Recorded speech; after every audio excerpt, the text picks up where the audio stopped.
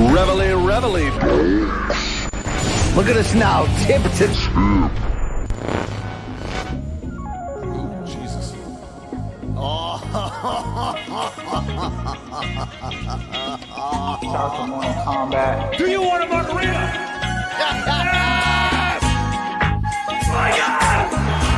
To us, doing what we love. But it's time to bang. Oh, yeah, it's Friday. You got a feeling inside your loins. It's time to express that in a safe manner. Hey, it's Morning Kombat. We're back in your absolute face hole here on March 14th, 2025. Only 3 days away from when Irish people all around this country will black out in honor of themselves. So shout out to them. Hey, we got a great show for you today. I'm Brian Campbell, that BBC with that AA energy and that BDE, if you will. I don't know if you will, but I will. I have been. It's been fantastic. Hey, the other guy, that guy, DC's finest, Luke Thomas, is back in the building. And Luke, I think you would say we got a decent show for the people today. I think I think we have something interesting for the folks today. So if you'll recall, I know you do, BC, but I'm saying for the audience's sake, if you'll recall Monday, Brian and we asked you guys, hey, why don't you email the show a video of yourself, an audio clip, or just write us at morningkombat@gmail.com. Tell us what we may not be understanding about the UFC star-making machine and what we don't think it's what it once was, but we seem to be missing the point to a lot of people. So we asked, okay, what is the point? BC, they answered that call tremendously. We have good audio clips, video clips, tons of written replies. Let me just say this. I don't think we have time to get to all of them because there was so freaking many, but we selected the best. If yours didn't get picked, it may just be because of length, or we caught a different one that had the same topics first. But thank you for the overwhelming response. We really appreciate it. Yeah, size normally matters, not when it comes to sending 19 paragraphs. But I don't think we got any screenshots of any genitalia. So this was a successful event, right? We didn't get any screenshots of genitalia, but I did see some fan subs we can't use. Let's put it that way. How about, they were very BBL-tastic, to say the least. Clothes were optional in that one. Hey, it's great to be back here with you. So why don't you like the show? Why don't you subscribe to what we're doing here on Morning Kombat? Make it a part of your regular Monday and Friday routine. You can follow us on those socials. How are socials, Chin? Pretty damn good, right? You also can subscribe to our YouTube channels, and that not only includes Luke Thomas, the BCX. How about that main card minute with Luke Nocita? In fact, we have that producer, director, and bong enthusiast with us today. Long Island Luke, how the hell are you? I'm hyped, guys. Roman Dolidze, Marvin Vettori 2 this weekend. Can we get a better main event? I mean, shit. Is this the shittiest card ever, or just in recent shitty UFC memory? I think it's the shittiest card in a 12-month span. Like, I'll go as far back as, last March. So, yeah, it's pretty bad. I got a judgment on this. Reggie opened the door already. I got to close it. You guys talk amongst Bring yourselves. them on. Yeah. Bring them on. Now, that doesn't mean that you're not gambling, though, right? No, of course. I'm doing a watch along. I'll even go an hour before the main card because they jumbled the card a little bit on me, and I have a bet on Su Young Yu versus AJ Cunningham, and they moved that to the fight before the featured prelim. So I'm going to go an hour before the main so we can squeeze that in, and then I'll do the main card. All right. Well, that is quite the commitment, I have to say. Boyfriend of the year over there. Yeah. Shout out to this cat here as well, Reggie J. He's back. How's he doing? Is he all right? So get happy about that. How are you, Reggie? You doing well? What's doing up, good? Reg? He has less teeth, like a lot of our listeners, but he's very happy. Luke. I had to pull before Barbas died, maybe like a year or two before he died. I had to pull a bunch of his teeth. Not cheap, it turns out. Not cheap. No, nothing about this is cheap, but it's for the love, Luke, of the course. game, okay, at the end of it. So shout out to the Reg.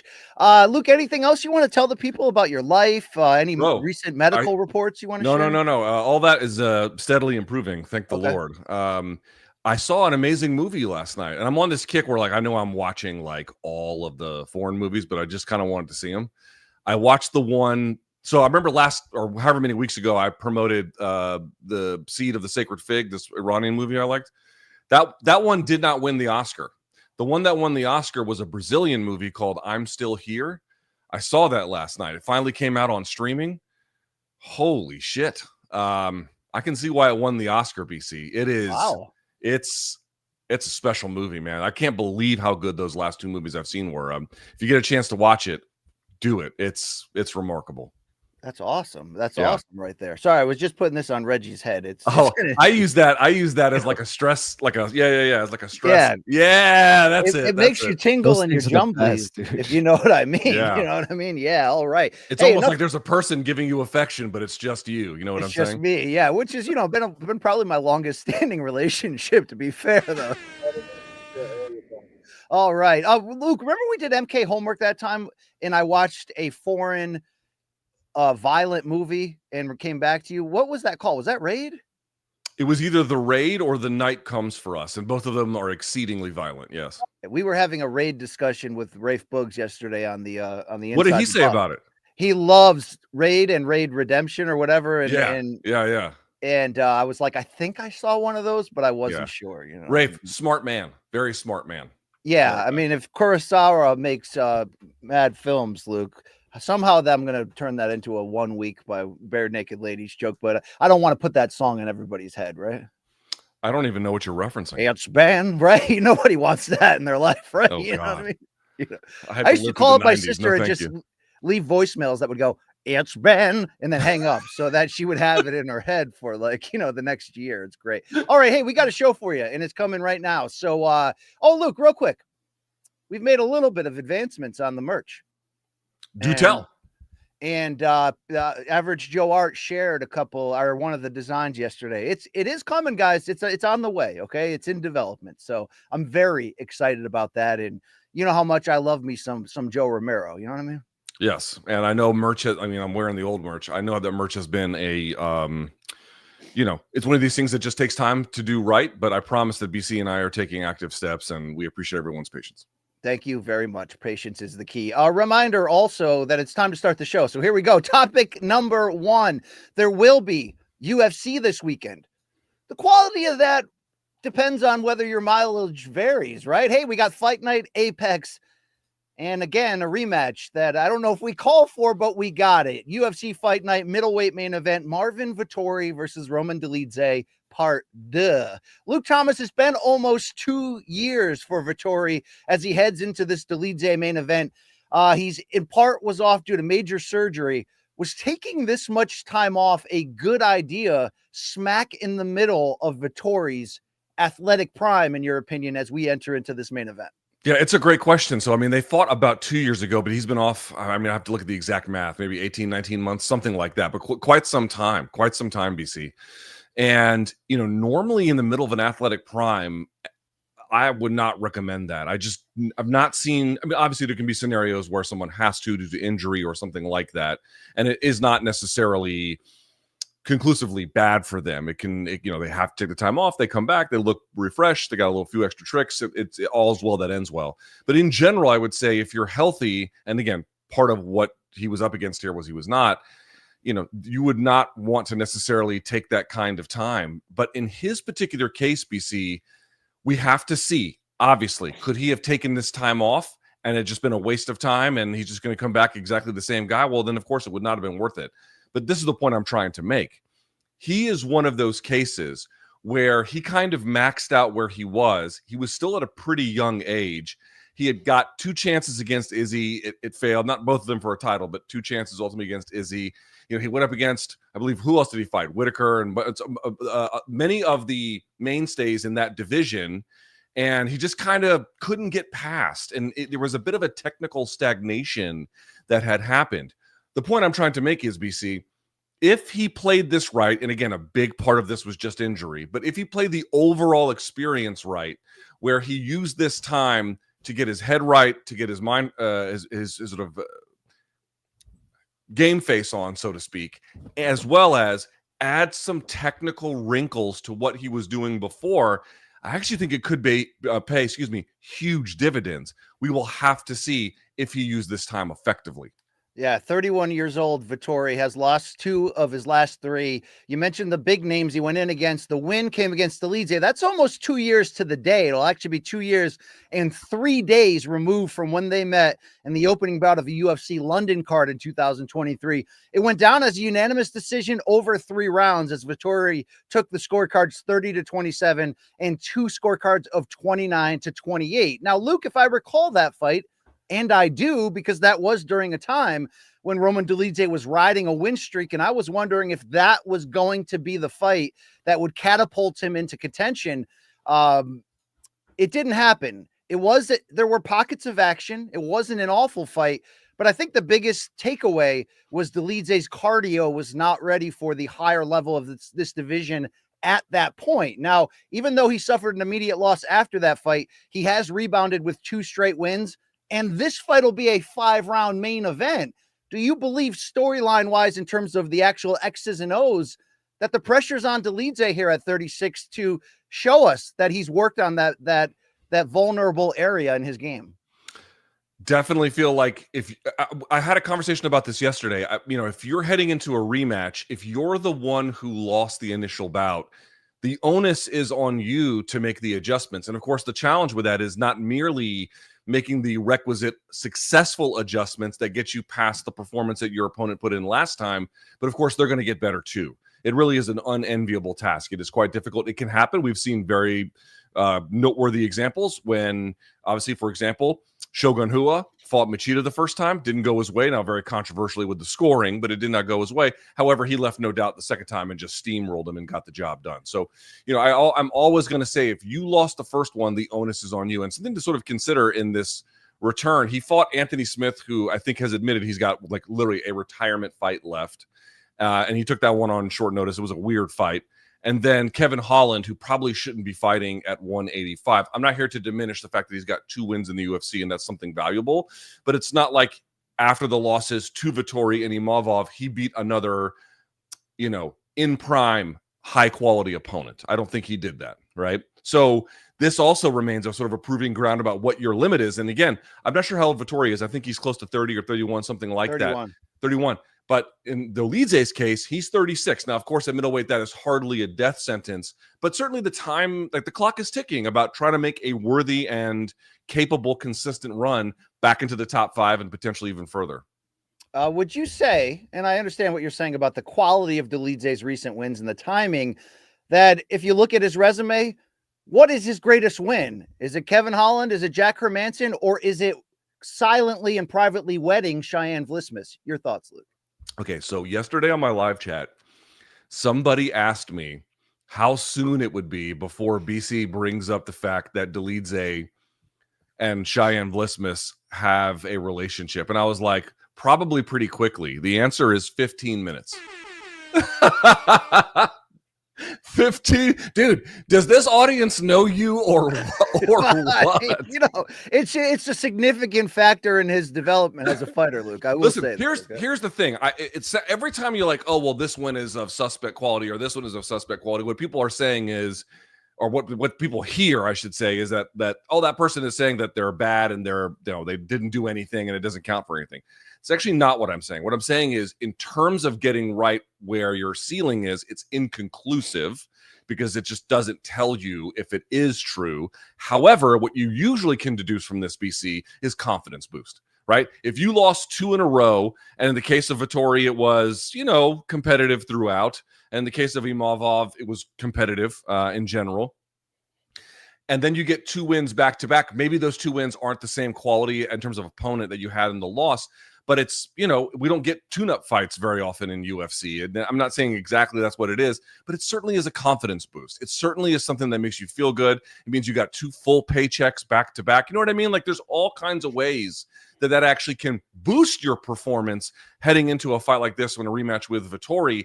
All I'm pointing out is the quality of the opponent in a undersized Holland and certainly a Smith who, I think he would tell you is just not really able to give anything close to his best effort. We can't draw necessarily a ton of information from that. I want to ask you something specifically about Vettori, and I don't disagree with everything you just said there. it feels like when Vettori has stepped up to the highest level, rematch with Adesanya, the Whitaker fight, the Cannonier fight, we've seen the limitations of him, although I'll give him credit for that 2021 win over Paulo Costa and some of the sort of second-rate middleweights he's defeated. But the last time I remember pre-injury us really having a discussion, considering he's still relatively young, right? 31 years old, about Vettori's high-end ceiling, we always seem to settle on the same thing.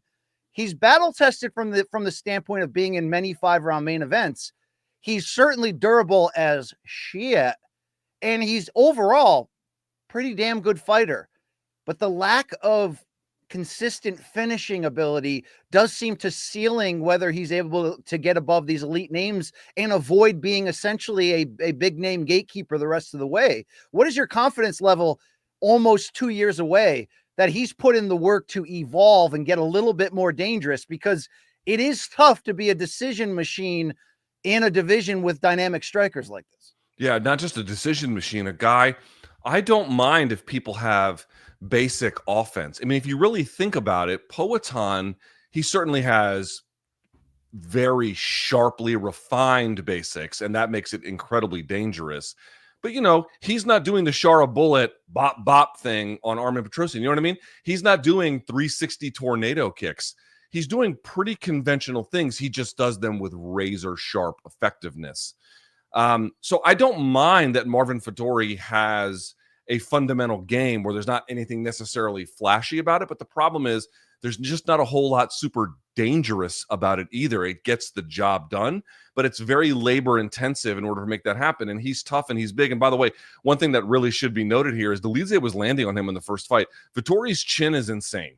Vettori has one of the better chins in this division. And frankly, I'm going to say one of the better chins currently among active UFC fighters. A fantastic ability to take a punch and just kind of keep going. But there just hasn't been enough technical development. That's simply the reality that he's up against. He's big and strong. He's got, again, a lot of bases covered in terms of like what skills he has. But how many of them are in excess of what the really good guys in this division have? What makes any of those special? What is your favorite? I mean, serious question. What is your favorite Marvin Vettori fight? I can find rounds where he performs well. I can find exchanges where he performs well. He doesn't exactly have a highlight reel because there's just not enough development that really gives him an edge over his contemporaries to then begin to move downhill on them. He can kind of push the sled the whole time. You know what I mean? Sure, it's a very, very labor, and he can do it. He's a fucking big, strong guy. He can do it. But that's not, clearly, it's not enough to be in the very elite of this division. The thing you're asking, BC, is the confidence level. All I can say is he was in a rare position where he had the time. He had the time. He kind of zoomed to the front of the line or pretty close to it at age 27. And then that's where he hit the wall. But now he's had some time to learn and rebuild and take some lessons and make some changes. So time is on his side. And for that reason, I think this fight on Saturday is actually a bit intriguing. Yeah, 5 of Vettori's last 7 fights, by the way, have gone the 5-round distance. Obviously, he'll be back in a 5-rounder here in the main event. So there's certain intangible qualities, like we're saying, that he's very strong in. I need to see more variety. I need to see him sitting down on shots and going for the finish more. I'm looking back on his finish history in the UFC. He submitted a fellow by the name of Alberto Yuda in his UFC debut in 2016. And he also has a first-round submission of Carl Roberson back in 2020, but that is it. So, Luke, we have some sound here from Vettori on how he has been spending his time, hopefully crafting himself in the gym. But let's hear from this Italian stallion. Obviously, welcome back. Where you been, what you've been up to. We missed you. I've been in Miami, big booty Latinas. That's what I've been up to, All of a sudden, my new favorite fighter. No, I'm teasing. He's not. But I was like, dude, I was not expecting that at that moment. Yeah, that was great. All right, that was fantastic. I believe we have a deeper conversation on Vettori's attempt to prove here in this fight that he's truly worthy of entering back into title contention. There's been a lot of changes in your division since you last competed. New champion with DDP, and you have new contenders like Nazardir Imouab and Caio Borralho. What's your assessment of the division right now, and where do you think you fit in it? Yeah, it's deep, man. Division, we raised the bar. And, they raised the bar for now, but I'll come in soon. But Yeah. No, it's good. It's been good. I think it's tough. Like there's a lot of good fighters, and yeah. Listen, it starts with Saturday. My comeback starts with Saturday, and I'm gonna show I'm gonna be a contender and get that title because that's where my head is. And for the title, you know, when the balls start rolling and I keep winning, things happen very fast, I believe so. And especially also when it's your moment to make it happen, and I believe it is now. So it'll all start with Saturday, and that's it.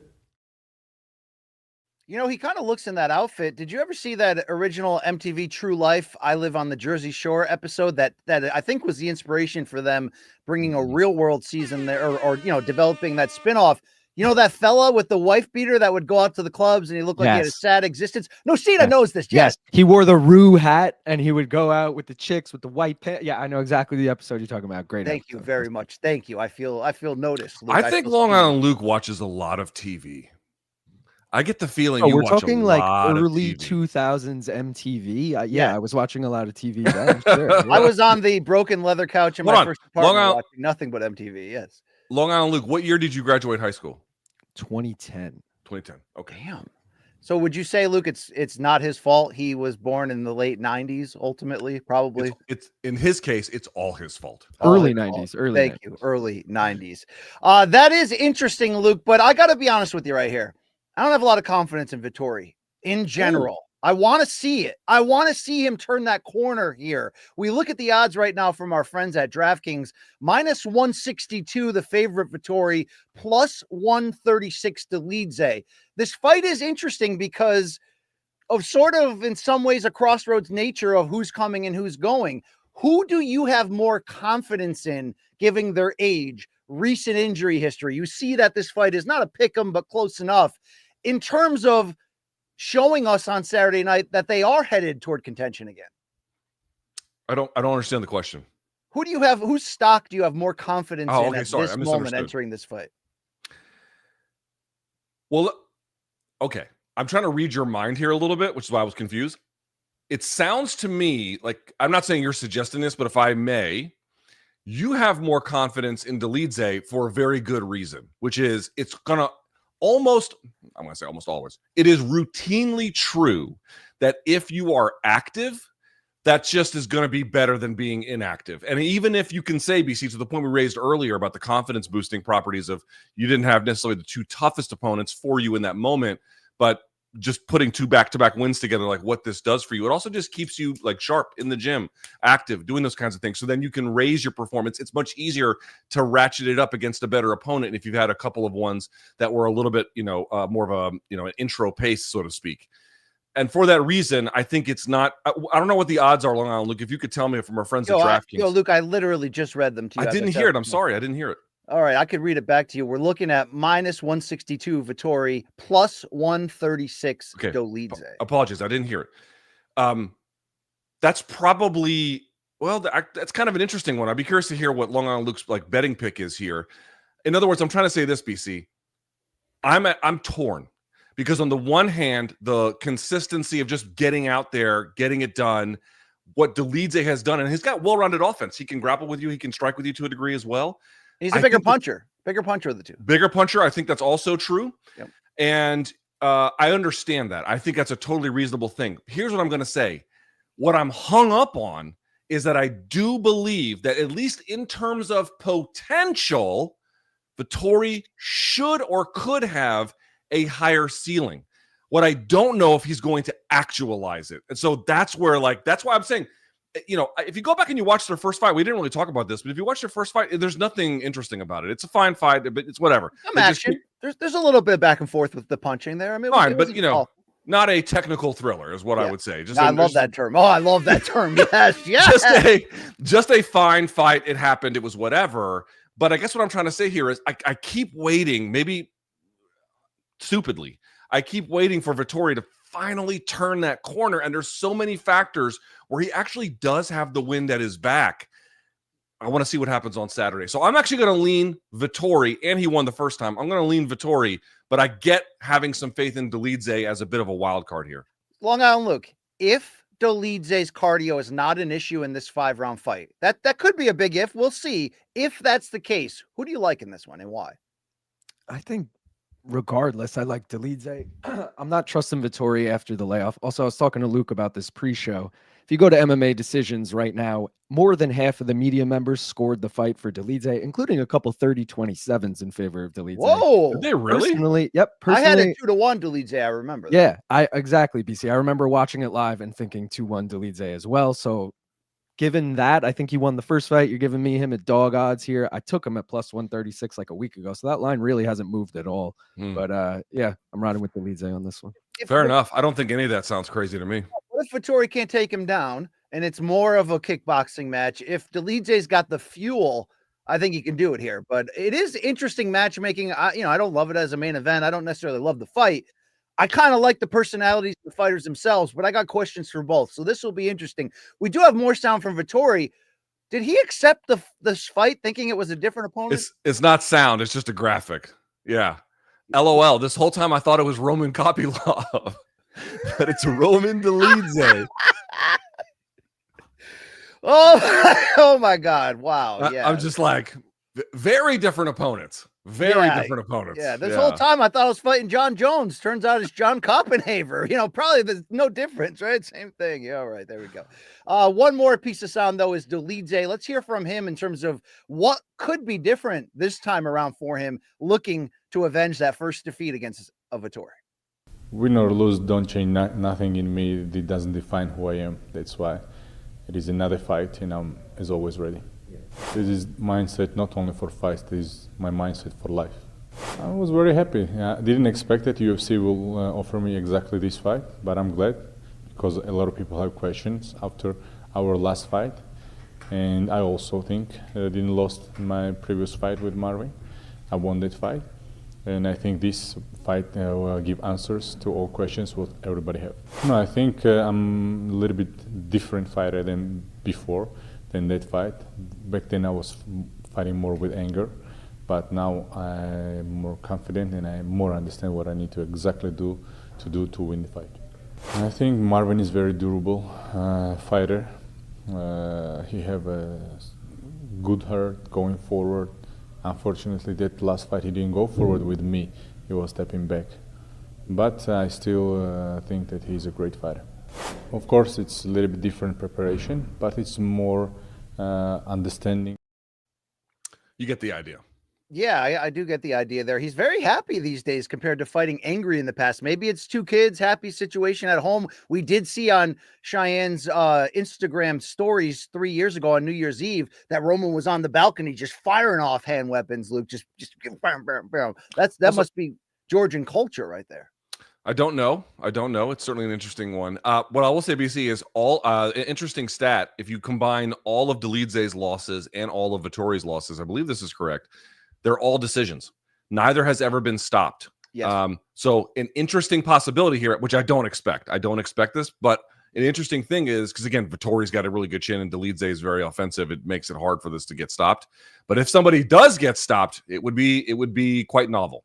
I mean, if Vettori gets stopped here, that's a his career is going in the wrong direction fast. So I would agree. That would be for Dolidze to get stopped would be bad, but again, he's closer to 40 than he is 30. For Vettori to get stopped would be, I think, quite destructive. Do we feel like look at rankings wise coming into this fight, we currently have Vettori at number 8 at middleweight, Roman Dolidze at number 12. How far does the winner go here, Luke? Top five fight? I think bubble top 5. I think, okay, if Vettori wins, even though the opponent is ranked 12th, especially if it's really exciting, I think he's got a chance to break in. But I think if Dolidze wins, it's, he's probably just going to take something approximating, give or take, what Vettori currently occupies. So it really kind of depends. Are we overlooking the momentum of Georgian UFC fighters at the moment? I mean, they are quite good. Does it rub off? Does it just rub off on people, Luke? They are good. They are excellent, but they've also hit roadblocks too. I thought Guram Kutateladze was going to be the next big thing, and that didn't quite work. So We'll see. We'll see. I mean, these people are tough as shit. I mean, we do know that, right? Yeah. Let's talk about this undercard. It may be a short conversation, Luke. I mean, we hit it on Monday. This is, would you say, irreparably bad? I mean, it's not even mid. It's just like you don't need it, you know? Not irreparable. Not irreparable. There is one. Okay. So if someone was like, what is the other fight on here you absolutely have to watch? There is one clear choice for me on this one. And it's actually going to be on, I believe, on the prelims, if I'm looking at this correctly. I have to double check. But it's a guy who initially lost on the Contender Series, came back and won spectacularly. 23-year-old kid out of Argentina, Kevin Vallejos. Again, as my wife would say, Kevin Vallejos. But nevertheless, Kevin Vallejos out of Argentina. He's taking on Seung Woo Choi. This will be his full-on, for Vallejos, it'll be his full-on UFC debut. And if you haven't watched this kid, first of all, when he fought Jeon Silva, he was 21. Silva was 26, I believe. I looked this up earlier this week. And then he was still working on his development through the whole thing. When he came back on the Contender Series and fought this dude, I think his name was Teague, whatever it was, this ginger with the afro. I mean, Kevin Vallejos could not have looked better if he tried. Unbelievable boxing combinations. In the pocket, out of the pocket, smart decision making. He looked like he was shot out of a cannon. This should be a really, really, really fun fight. 14-1, the Argentine is, BC. That is definitely one of the young prospects on this roster you're going to want to pay attention to. Yeah, I've heard a lot of great things about him. Long Island Luke, you've made your place in this industry on caring about these type of fights. I'm creating betting parlays of why people can combine a Damon Blackshear with a Priscilla Cachoeira and make some money. What are you looking at on this undercard besides absolute slop? Well, Luke just mentioned Kevin Vallejos. I do have him in a parlay. I think he looks damn good. And you mentioned Damon Blackshear. I mean, just parlay those two together. Add on a little Elizu Zaleski dos Santos. Yes. That's a 3-legger right there. Plus that co-main could be a banger, right? Yeah, I feel like the odds are a little close on that one. I feel like ZDS way better fighter than Chidi Njokuani. Also, Njokuani been taken down in all of his career losses. ZDS definitely a striker, but he has taken down 5 different opponents. I can easily see him just mixing it up, taking them down. You got to hold on. You got to read on Hernandez and Holloway. I am riding with Hernandez for this reason and this reason alone. He's lost 4 of his last 6, but 3 of those were at featherweight. This fight will be at lightweight, where he's won 3 of his last 4, and the only loss was to Moicano. So, like, he's not losing to scrubs. He's losing to top 15 guys. Kurt Holloway, I mean, who's he fighting? Kanan Khrushchevsky? I mean, who the fuck is that? You know, so I'm riding with fucking Alex Hernandez. Who the F for all these guys? All right. Yeah. Luke, Damon Blackshear reminds me of this guy in New Haven who used to sit out front of the Anna Liffey's bar and quote Shakespeare, and everybody called him Black Spear, and he would always be shirtless and would be like spouting off with like a British accent, like these Shakespeare lines, and it was always very poetic, and I enjoyed it. What's he doing now? What'd you say? What's he doing now? I would hope the same thing, entertaining folks, spreading the good word, the good joy of Shakespeare, and you know, that might be a racist story though. I'm not sure. Favorite Shakespeare play of Brian Campbell? The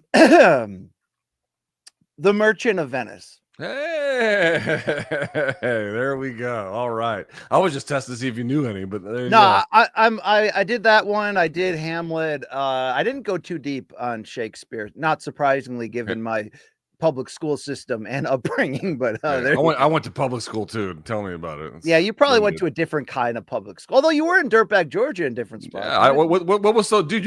Okay, so like when you have a child, you have to look this up. There are 2 services. One is called Great Schools. One is called Niche, and they rate schools by objective criteria nationwide. And you can plug in your public school to see where it fits in there.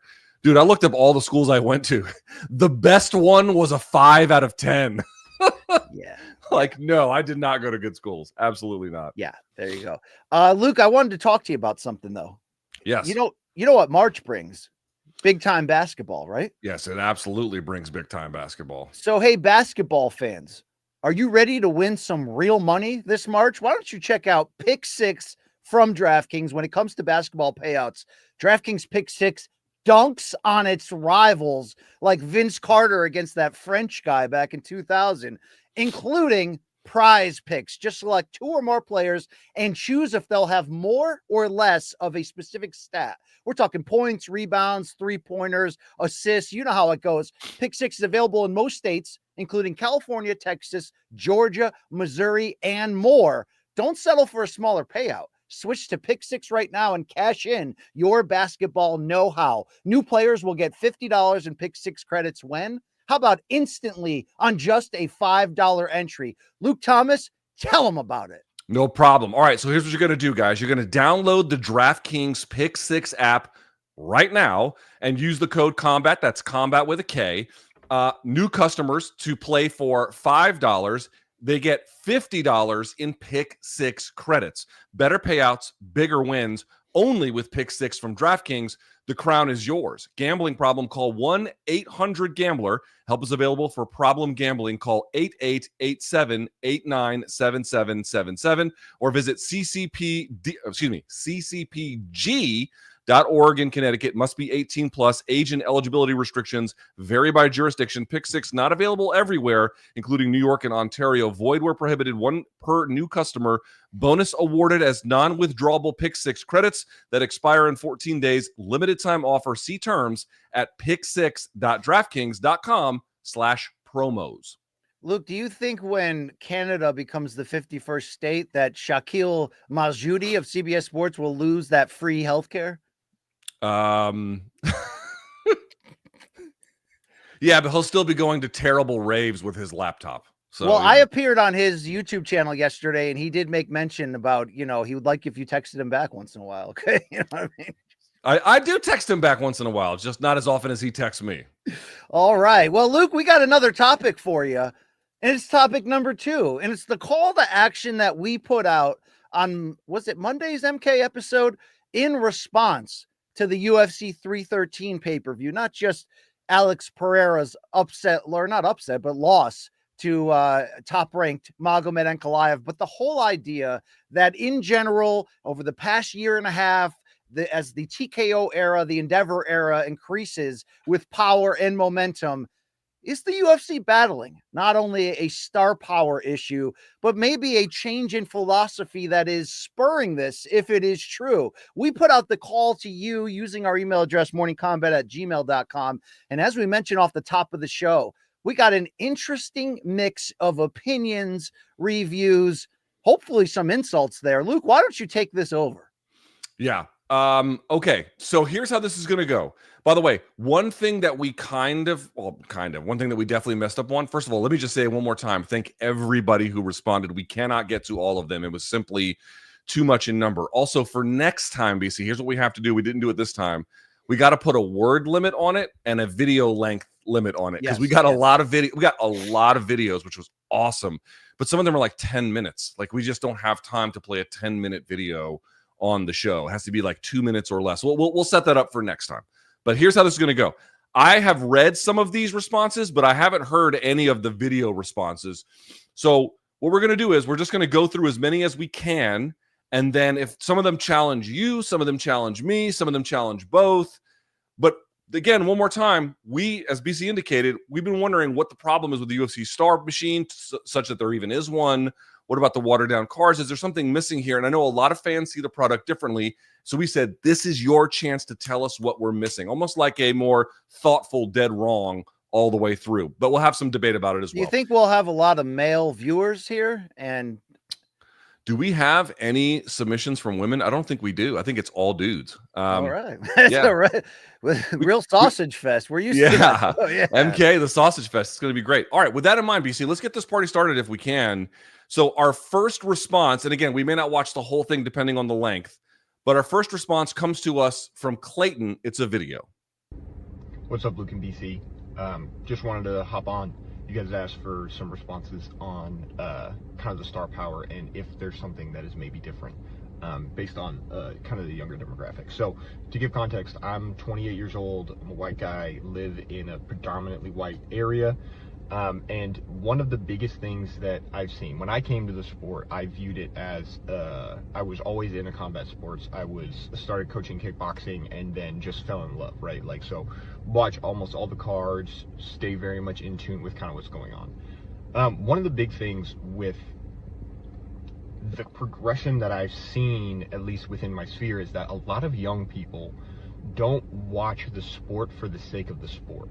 They watch the sport for the sake of personality. So when you're thinking about the biggest kind of content that people can watch in the era of personalities and streamers and these big kind of very polarizing kind of people, they watch for that.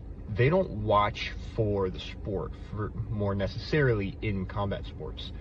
Like, I work at a place where we look and we put on UFC events for the guys. We put them on a big screen for the guys to come watch. So many people showed up for Sean Strickland and DDP.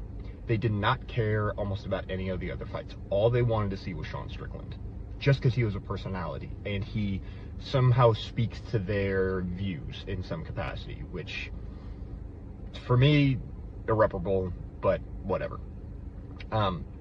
None of them watched this last card with Magomed Ankalaev and Peloton. 0. Grand total. Because they don't resonate with the personalities of the people. They want that. They don't want a good product with good sport. They want the clips and the outrageous stuff and the things that they think are funny. And that's just my experience with them, right? The only people who... Okay, yeah. BC, your reaction. So this does play into the ideal that people have had, that it has been a calculated shift on UFC's part in terms of what audience they're going after. Obviously, everybody wants to go after young male between 18 and 34, whatever your metric is, and they're aggressive in that. I can't tell you how many of my kids' high school friends or kids in my neighborhood here that are in college that are suddenly out of nowhere UFC fanatics and are watching this show and liking it and stuff. So I think that everything from the aggressiveness of putting politics to the forefront and having Trump and Kid Rock and Tucker Carlson and all that, to the choice that they're making in the specific celebrities and influencers that they're not only, giving front row seats to, which, happens in boxing too. And you're always going to want famous people there, but specifically the ones that are almost becoming the journalists of this era. I agree with them. They are aiming at a specific lifestyle, feel, culture. And I wasn't surprised when he said Sean Strickland is a guy that people really wanted to see, but didn't really care about the rest of it. That's kind of always in some way. That's why, to me, big super fights matter or what have you, because it's always something that pulls people in. It doesn't address the quality issues to their product, which I think is helping them not retain fans over time, especially the recent run. But I love that Clayton took the time to get, he's a hardcore fan, you can tell, but gave us that look into him. And also ginger beard game strong on Clayton, but him telling us as a disclaimer that he's a white guy was not up for debate, dude. Clayton, we know. We know. Yeah. But in all seriousness, a thoughtful response. I guess the one thing I would say to that is that sounds like a Sean Strickland fandom thing less than it does an overall fandom thing. In other words, like, because he's made his identity so much a function of his political and social worldview, it's almost like he's like the dynamic of fandom that he enjoys is separate from the kind of broader fandom question that we're having. I think there might be something to that, but nevertheless, a thoughtful reply. BC, if you can, there's a bunch of these. I want to get through as many as we can. So we thank him. All right. Our next one, I don't know if it's Lionel or, as my wife would say, Lionel, but Lionel has a video response as well. Hello, gentlemen. Lionel Rivera here. I pretty much agreed, Luke, with pretty much your entire assessment, champion by champion. But BC, I did have a little bit of an issue with your framing of the argument, right? This argument about the UFC having maybe a star problem, a boring champion problem, whatever you want to call it. I think too much blame was put onto the UFC. And I'm not saying that the UFC delivers a perfect product. The UFC can do tons of things to improve the product, right? Fewer Apex cards, probably fewer events per year. I think that there's a lot the UFC can do. However, some agency needs to be reapplied to this cohort of champions. We are not seeing the same urgency with especially this current cohort of champions that we did see with previous champions like Alexander Volkanovski and Israel Adesanya that did media outside of their fight camp, fight week obligations to build rapport with the fans, to put their personalities out there. We're not seeing that with this current cohort of champions. I think that contributes to perhaps your interpretation of a soulless product, because if a champion is only relying on embeddeds and countdowns to build any rapport with the audience, we can't really expect there to be any buzz or any anticipation 4, 5, 6 months out of a big championship fight, or even just a routine title defense. We're not going to experience that excitement if we don't even know them. And we can't just put all of the agency on the UFC to make us care about the champion. The champion has to want to build a deeper rapport with the audience, and that starts with their own channels. Your response? Yeah, that is a thoughtful response right there. It makes me ask a counter question in light of what I've been saying about, I guess, the laziness, if you want to call it that, or maybe it's just a financial decision not to do the same efforts of the past. And I even have to wake up and realize that when I'm talking about the past and the way UFC used to spend money to aggressively promote new champions and get them out there, we were under a different time when it comes to social media, streaming, and the roles that all this play. In light of what Lionel said right there, I do wonder, Luke, does the UFC look at it, not just when I say look at, I mean their decision not to market and pay for the money aggressively to do these type of media tours or what have you? Is that because of how much social media has changed the fact that so many fighters do have their own systems now to get out there, whether it be a YouTube channel, camera crews following them, more aggressive and understanding use of social media? Is this the UFC's way of saying, in a lot of ways, times have changed, we'd love to save this money? It is, to Lionel's point, to some degree, up to these guys to get out there and market and promote themselves. I will put some responsibility in their way, but how much do you believe the changing of the social landscape affects this? I actually think it's a much bigger conversation because, first of all, I think his point is well taken. People think this conversation is like, oh, what can the UFC do better? And yes, obviously that's a big part of it, but part of star making is, like, if not just part of it, maybe principally about what the individual athlete does and what kind of magnetism they have with the audience. That is aided by a capable promotion, and that is a very, very important condition. But again, it all starts with, like, is this person a magnetic personality? Is this person interesting to audiences? And then how do you get them in front of maximum audiences and blah, blah, blah, right? So it's a bit of a handshake deal, but with one having more of a responsibility than the other. At the same time, though, BC, like, this is something we haven't really talked about. Like, yeah, you're right. Like, fighters have YouTube channels and they have podcasts. It's like, also, everyone's doing the same thing, even with the extra content. It's actually, what's interesting to me is the extra content part of it is actually harder than ever, even though you have more options than ever, because there's so much homogeneity in terms of what everyone just does the whole way through. And in fact, if it's kind of interesting that we talked about Sean Strickland, whatever your reviews of him, one way or the other, like, he does have an audience that is very, very magnetized to him. And he does spout a lot of opinions. And I know he had a podcast for a little while with Chris Curtis, but that fell to the wayside. I'm pointing out he doesn't do any of that stuff. And there yet still kind of is maybe even a much bigger appeal relative to some other folks in the UFC for him. So it's a more complicated debate than just, whose responsibilities are the fighter or the athlete, in a world where what's available to the athlete is, yes, there's a lot of it, but it's very difficult to stand out when there's just this tidal wave of existing content. I mean, I still feel like in the end, the UFC is not making the effort to make the fighters the stars in general. I mean, you have to be able to concede that. Here's what I would say. This is the way I would describe it. And this is something that hasn't come up yet, but I kind of wanted to pitch it to you as a bit here. If you came up watching MMA at the time that we did, and you watched them grow, and they absorbed Pride, and they absorbed Strikeforce, and they absorbed WEC, and they just grew and grew and grew, and they went white knuckle with Affliction, they went white knuckle with, Elite XC, they went white knuckle with IFL, they went, they just were, they were absolutely ferocious competitors, ferocious promoters. it is hard not to notice that that doesn't happen today, in part because there's just not the same kind of competition. They're not at the same stage of development.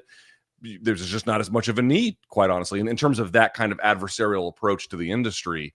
But it's also at the same time, like if you watch them do this, it is hard not to notice that just doesn't happen anymore. At the same time, BC, here's where I come down. This is the kind of lesson that I've learned through all of this, and we'll have many more responses here. It's that I remember during the pandemic that my wife convinced me to buy one of those monthly services where they send you a box of clothes and you can keep what you like and then send back what you don't. And then just, you tell them what you like, and then a stylist picks it out and you get another box and you get another box and you get another box, right?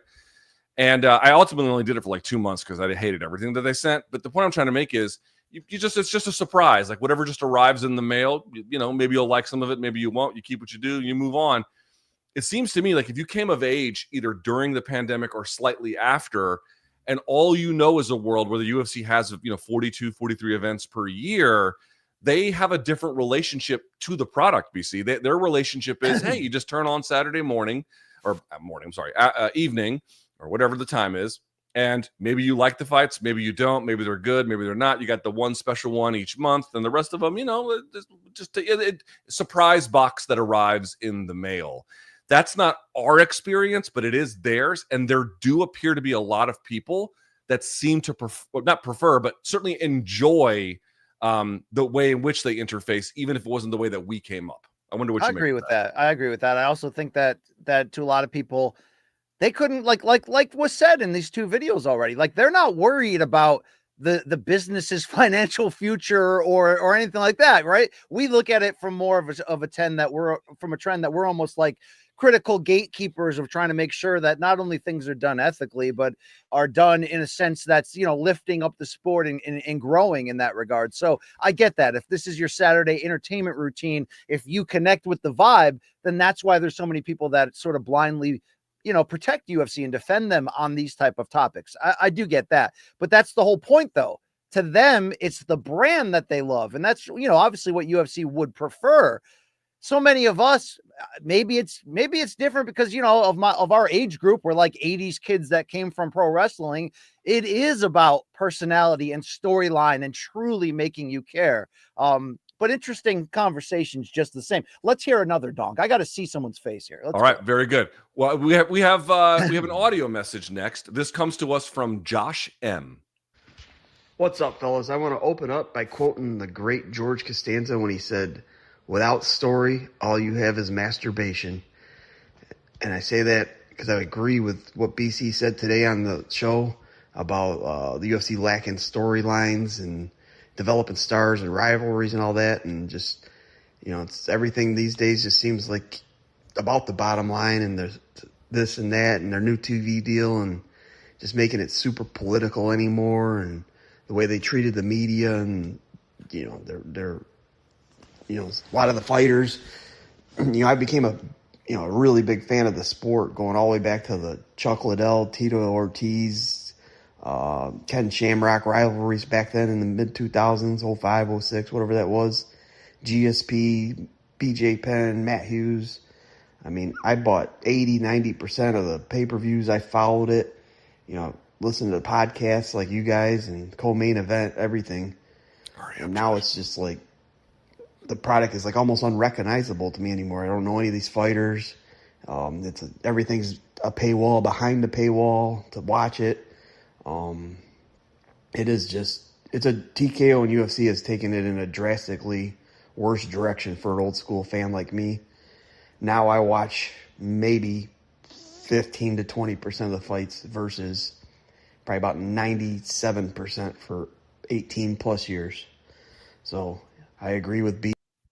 Okay. So that's interesting right there, Luke, if you let me jump in. Sure. He's definitely speaking to an extension of this problem, which is this era of corporateness and the whole, Walmartification of the UFC. And that seems to be a TKO influence, and they're already making those same changes in WWE. And that's part of the fear, if depending on which side of the line you're on this potential TKO boxing takeover. It's the whole idea of just in my opinion, taking a lot of that soul and personality out of it and being more what we know they are about now, content filling, because ultimately that's who their masters are right now. The broadcast deals they're trying to make and the government contracts they're trying to create with major cities, putting the whole TKO portfolio on the table. So I do kind of completely agree with what he's saying right there. But something kind of triggered my memory when he mentioned the era that sort of sparked him, which seems to be the tail end of that Randy, Liddell, Tito, Shamrock era that transitioned into the beginning of the GSP, Anderson Silva, and sort of that first amazing modern pay-per-view killing takeover era. And I wonder, we saw Poatan, if he had beaten Ankalaev, would have set the modern record for most title defenses in a 12-month window with 4. The record, is Tito Ortiz, who back then was almost headlining consecutive pay-per-views on a regular basis. Obviously, they had less cards. They were stretched out. But I think you could argue that when they had less fighters back then, when they were more hungry and fighting just for survival, it kind of, in a way, had to be about the personalities. You know what I mean? Like pushing Shamrock into huge fights with his resume and the WWE crossover he had and all of that. Like Tito Ortiz with the Huntington Bad Boy personality, Liddell. They needed it back then, so they pushed it. These guys fought often. They were in our face constantly. The machine's too large for that nowadays, if you're really being fair and honest. I think it's a fair comment. I want to make sure we get more critical voices than ones agreeing with us for the purpose of the exercise. So if I may, I appreciate Josh M's response and in yours as well, BC. Let's hear, though, if we can, from a video message this time from our friend Steve N. Hey, Luke. Hey, Brian. Bong Island Luke. My name is Steve Nguyen. I thought I'd send this in since you guys asked on your last video talking about how we should send in videos if we feel like you guys are missing anything in the topic when it comes to creating new stars for the UFC. I think one of the things that Luke brought up that was actually outside of the subject of superstars, but like later on in that same episode, was how Mauricio Hufi and the Fighting Nerds have become like artists in the sense of the word, martial artists. They are like bringing fire to the UFC. Every time they fight, it's a must watch, right? And I think that's part of the equation as to why the UFC isn't as interested in marketing certain stars as much. They will market certain fights. They will market certain values that they hold, but I don't think they want to market people. I think in boxing, it's a lot easier to want to create a superstar because there's so much competition. I'm pretty sure Luke and Brian have talked about this before. But there's a lot of competition in boxing. Like there's PBC, WBC, Top Rank, there's Turkey. Like there's a lot of like independent moving pieces always fighting for like smaller contract bids to keep their boxers in their promotion, to give their boxers what it is they want. So that way they don't lose out on that gate, that pay-per-view, whatever it is. Whereas with the UFC, I think their deal with ESPN has allowed them to kind of give less of an effort toward the entire idea of creating superstars because they get a set amount of money and because they underpay their fighters. I think it's not as big of a rush for them, like to create the next set of superstars due to some of these like mitigating factors, right? Like you have people like the Fighting Nerds who are doing that marketing for them themselves. MMA fighters are a hungry breed. I train at a gym. I have a few amateur fights. I have guys who are climbing the rankings right now, amateur, pro, whatever it is. And they are always hungry. They are always working. They're always grinding, including like trying to market themselves efficiently, trying to reach out to the correct people, trying to ensure that they are going out and getting the sort of support they need from like sponsorships and whatnot. And maybe in the eyes of the UFC, they don't see that as a priority because the fighters are already putting in the legwork. A star is going to break out if a star wants. Like Alex Pereira wanted to be a star. He just wants to fight. He doesn't care about anything else really. Like the money obviously is an important factor for him, but he wants to fight. And so he created a stardom for himself. He like had this it factor, right? And I think the UFC, since they are kind of the only competition out there, like PFL Tour isn't really even competition, and that's just the truth. You guys have talked about it a lot, where PFL, PFL, whatever you want to call it, is trying to constantly market themselves with the smart cage, their announcers, the tournaments, you know, a new way of looking at fighting, when in reality, I don't think most people give a fuck about looking at it as just like a new way of fighting. What people usually want. Okay, BC, any response there?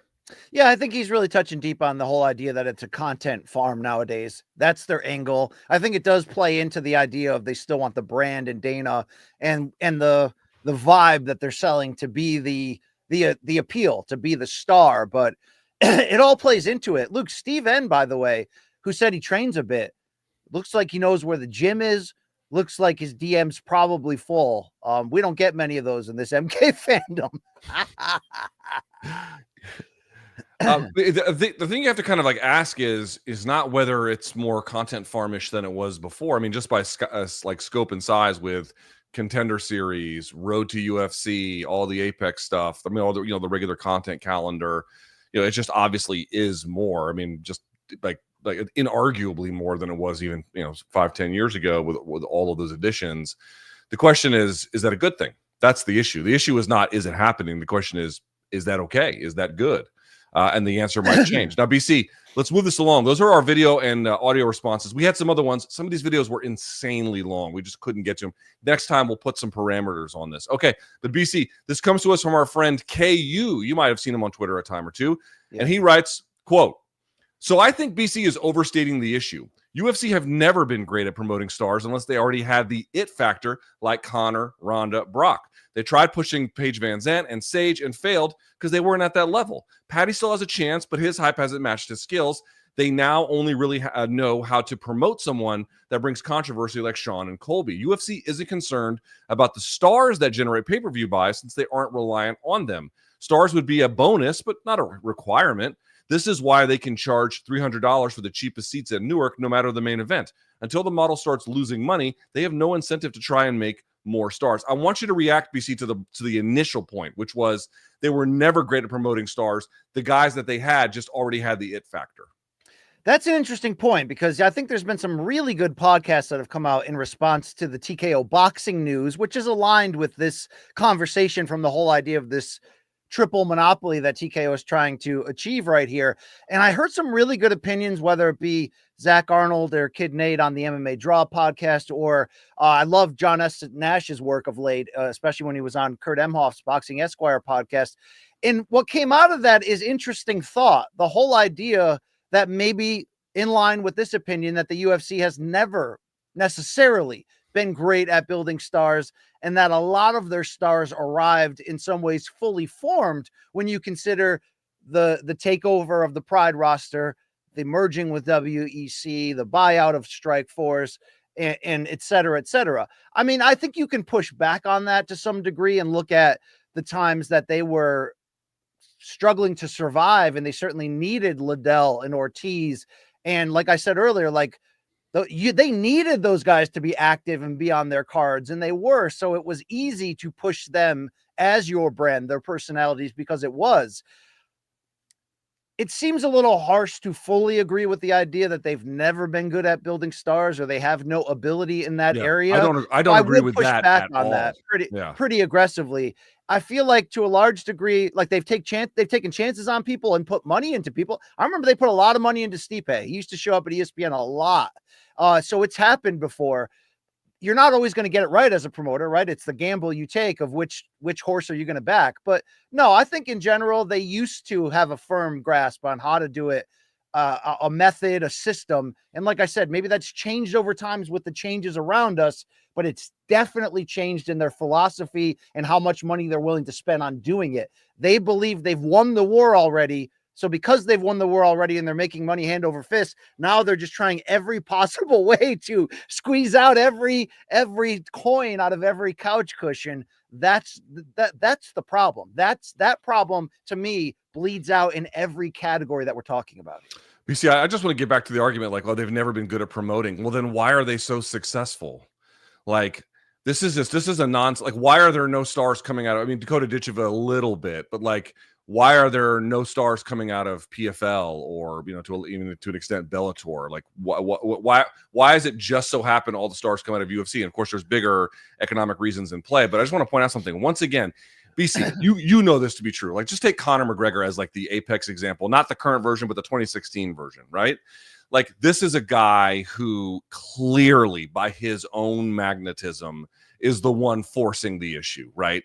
He's the guy that almost, because he was so popular, it almost forced UFC to do that world tour and everything else. I mean, you can clearly tell that in many cases, and in particular his, the dynamism of the individual athlete in play is clearly the most important factor. I mean, I just cannot overstate that. And in that sense, I agree with Kay. But it is also true that an effective promoter knows how to use that, and a bad promoter knows and does bury that. You cannot really believe that bad promoters, because, like, if you have somebody who is naturally a magnet and they work with a bad promoter, is that going to maximize their personality? You're effectively saying the promoter just doesn't do anything. This is obviously nonsensical. It is clearly a handshake deal in the end, while recognizing, same with Ronda Rousey, BC, Olympic, medalist, obviously bronze, but Olympic medalist. She's coming out to Joan Jett, bad reputation. Like, this whole way, you've never seen this kind of thing before. Clearly what she represented and who she was played the biggest factor in her star development. But at the same time, the way in which they match made her, the way in which they were able to promote rivalries, yes, and to an extent, the way her rivals stepped up to make it even more so. Again, it's everyone working in concert. But you're telling me any promoter could have done that because it just comes down to whether the fighter it decides to be a magnet to the public? Obviously not. It takes skilled promotion on top of that to make all of that work. I don't think it's fair to say that they've never been good at it. They clearly have. Yeah. No, yeah, you're right. You're right. And speaking of promoters, Luke, are you, I don't know if excited is the word, but Oscar De La Hoya teased a particularly saucy Clapback Thursday that still has, I don't believe it's arrived yet, in which he teased that he's going to bring up Dana White's wife beating issues and backstory and dig up a lot of dirt. Does that interest you at all for them to go down a dirty rabbit hole with each other? No, in part because he's probably just going to punt on that and instead put on a thong and then gyrate and cavort his genitals in front of the camera again. And it's going to be real awful. Pretty much. That's BC, I'm going to skip one here from Caleb V, but let's jump, if we can, Long Island Luke, to Tyler Z. Tyler Z says, quote, "What up, donks? I think BC has a strong point, and I think Luke's point of a lack of American talent is a huge factor. If you don't have an international star that transcends the American pride UFC fans have or don't speak English, sadly, storytelling is an issue. The only star they were really pushing and bet hard on, I think he means the American one, was O'Malley. The UFC never put out instant highlights. The UFC never puts out instant highlights, and when he finished Aljo, that was all over the internet. That's for sure. But besides him, there's nobody with a star personality or performance style to push. Peyton Talbot is a character to advertise, and he could bounce back, but right now it's not looking good. And then he has nice things to say about the show. BC, I will say this. The lack of English, again, it's never a light switch on or off deal. For example, Anderson Silva didn't speak English through the vast majority of his run, and it didn't really seem to matter. Again, it took a long time for him to become a star. It did delay it, but in the end, it did. Yeah. But I'm saying in the end, he was still able to certainly overcome it. At the same time, I believe like Jose Aldo never speaking English didn't necessarily help him, as he was really able, except through the Conor thing, wasn't really able to connect.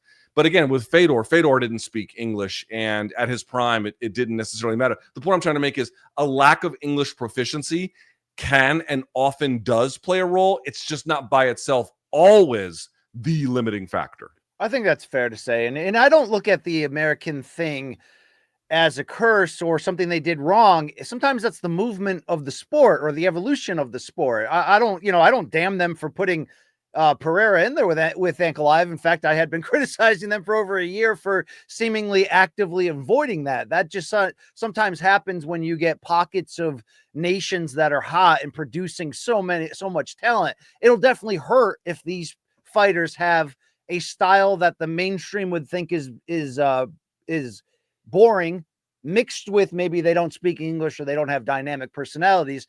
But that's always a bit of a gamble too. Are they, again, spending the money and taking the time to promote that? I think that's a good argument. And I had one other argument to ask you.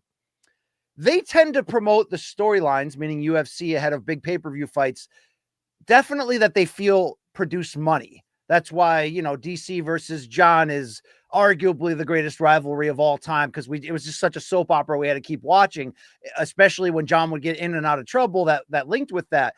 And obviously Conor versus Khabib got to, death stare threat levels of just insanity and intensity. And they certainly publicized Conor, getting arrested, throwing the dolly, and used that as fuel, maybe in the same ways they're using this Bryce Mitchell thing as sort of propaganda fuel. But on the flip side, you can always argue that there's not as much money in promoting good news stories. It's why your local newscast, right? You got to wait 23 minutes of the half hour to hear something good. It's always going to be the stuff that's going to move and make people click or make people stay and watch, whether that's crazy weather coming or arrests or murders. I have criticized them softly over the years from this standpoint. They don't seem to really care or want to push that stuff in aggressive ways in which you spend money to do it. I felt like Francis had the best story ever, and it was almost a footnote to him. The marketing for him was always, he's MMA's Mike Tyson. He's got the heart, he's the MMA Deontay Wilder, understandably so. But I never felt like they pushed that as a great story, and I don't feel like that's something that they are wired to look at, as maybe just from the standpoint of black and white. It doesn't sell. But that goes a long way in humanizing athletes and getting you to really care and about them. Now, I know you can push back and say, well, what about this instance where they did it, or this instance? I'm saying largely in general, I don't feel like that's something they focus on. Okay, fair enough. Let's go, if we can, here. I'm going to move to Gabe C. Brian Campbell. Greetings, donks. I was just listening to the UFC Star Problem segment and have some thoughts. Okay, this guy started watching in 2015, 2016, when the UFC had some of their best years. He writes, I agree that the UFC doesn't put in as much effort as they used to, and that there aren't as many big names as there used to be. I hate that they still use the Apex and have zero interest, he says, in Vettori Dolidze too. However, he writes, this is still a sport at the end of the day. The UFC can't control who wins, and I don't believe the quality of fights and fighters have declined. I personally still enjoy watching fights just to see different styles and techniques clash, even if it's between fighters I'm not familiar with. MMA also moves so fast that stars can literally come out of nowhere. Nobody would have predicted Poetan's success when he signed a few years ago. Nobody expected a 20-year-old Max Holloway who lost his debut to go on and become a legend. I agree the UFC has gotten lazy, but I believe there will always be enough talented fighters to make the sport worth watching, and I don't see that changing. BC, what do you make of his optimism about it's just going to take care of itself over time? Well, I'll use that defense in what I just said earlier about the whole idea of there's not enough American charismatic champions. Sometimes that's a time and place thing, and it changes with it. I definitely won't push back and say that now we're not seeing at the highest level the most sophisticated, talented, well-rounded, evolved fighters. We are. That the sport grows over time. I mean, only boxing in some weird ways has aged in like a Benjamin Button way, where you can make arguments that guys from 60, 70 years ago would mop up today. No, not in MMA. I think, though, that's not what we're complaining about and saying.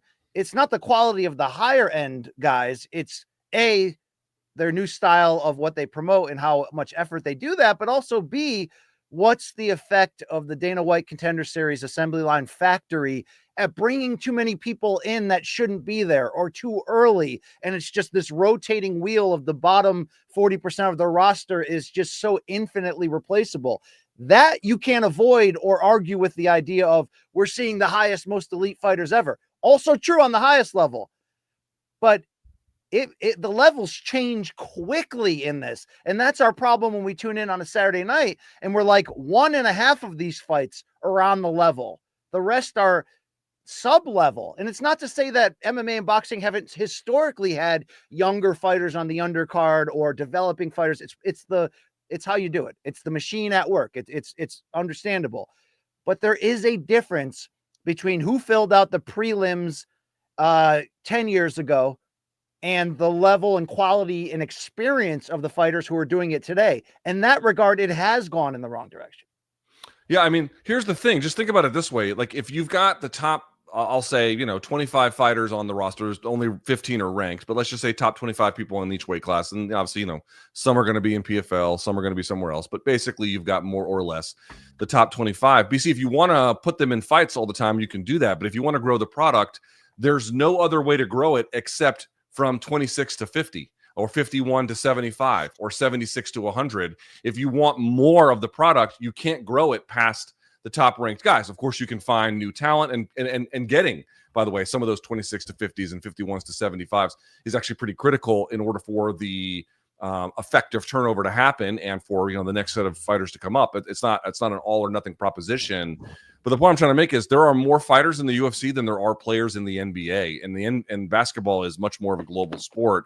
Like when you're watching so many of 74 versus 82, it's not that there's not a place for that kind of a fight. It's just that we're talking about the premium brand engaging in sub-premium MMA. And there's nothing wrong with sub-premium MMA, but the NBA isn't pulling in people from your AAU teams or rec leagues or, just guys who haven't been playing very long. It's highly selective all the way through. Even the worst NBA teams would smoke the very best college teams. Like there's not that line of separation with the UFC product by virtue of the way in which they're trying to just grow the brand so expansively. You can't have crap. They're putting crap fights on pay-per-view cards. I'm not talking about the early part of the pay-per-view. On the pay portion of the pay-per-view card, they're putting like random heavyweight versus random heavyweight. That's the shit that has to stop. You got to stand up against that kind of stuff. If I may, I think this is from Roop H. I could be saying that wrong. I don't know. He writes, quote, or she, whoever, quote, building up superstars like Conor with press tours and creating massive hype is something a company would do when trying to get the maximum value from a sale, BC. The presence of true superstars can be risky, but if you have a sale in mind, it absolutely will inflate the price. The Fertittas gambled and it paid off massively. If they had been playing the long game, they too would have started to focus on maxing out the gates and the number of events. Those ESPN deals sure seem to create a constant stream of massive revenue, and it's all about predictable profits for these guys. Also, without building true superstars, the fighters don't have true leverage, which makes the costs, aka fighter pay, more predictable. For example, if Francis Ngannou had got the Conor treatment PR-wise, it would have been very difficult to let him go. Now the whole shit show has been swept under the rug pretty successfully. And then he does skits and bits there in the end. We appreciate the call. BC, but this is the weird part. It's not even I disagree with that, but what they're trying to tell us is like, oh, well, that's just the way it is now. And we're like, yeah, right. That's the problem. Certain people, it just seems, want consistency. And then some of us want punctuated moments. And there's just a hard reconcile between them. Yeah, and back to your original point on the first topic of this that we talked about, the first submission, the video we watched about the idea of the life cycle of MMA fans and how, the fans that came in the COVID apex, era don't know any better, or this is what they like, or this is what they expect. I do think that aligns with the beginning of Roop's point with the sale in 2016, because if you ask anybody who's been in the journalism game a while or fans that have been watching for more than 10 years, we're all going to say 2016, or maybe in particular that 2014 to 16 window, which did coincide perfectly with Conor McGregor's rocket launch, was just such a, oh my God, the depth of cards, the excitement, the amount of stars and personalities. Ronda and Brock were still lingering, GSP and Silva, Diaz brothers. I mean, it was a special time.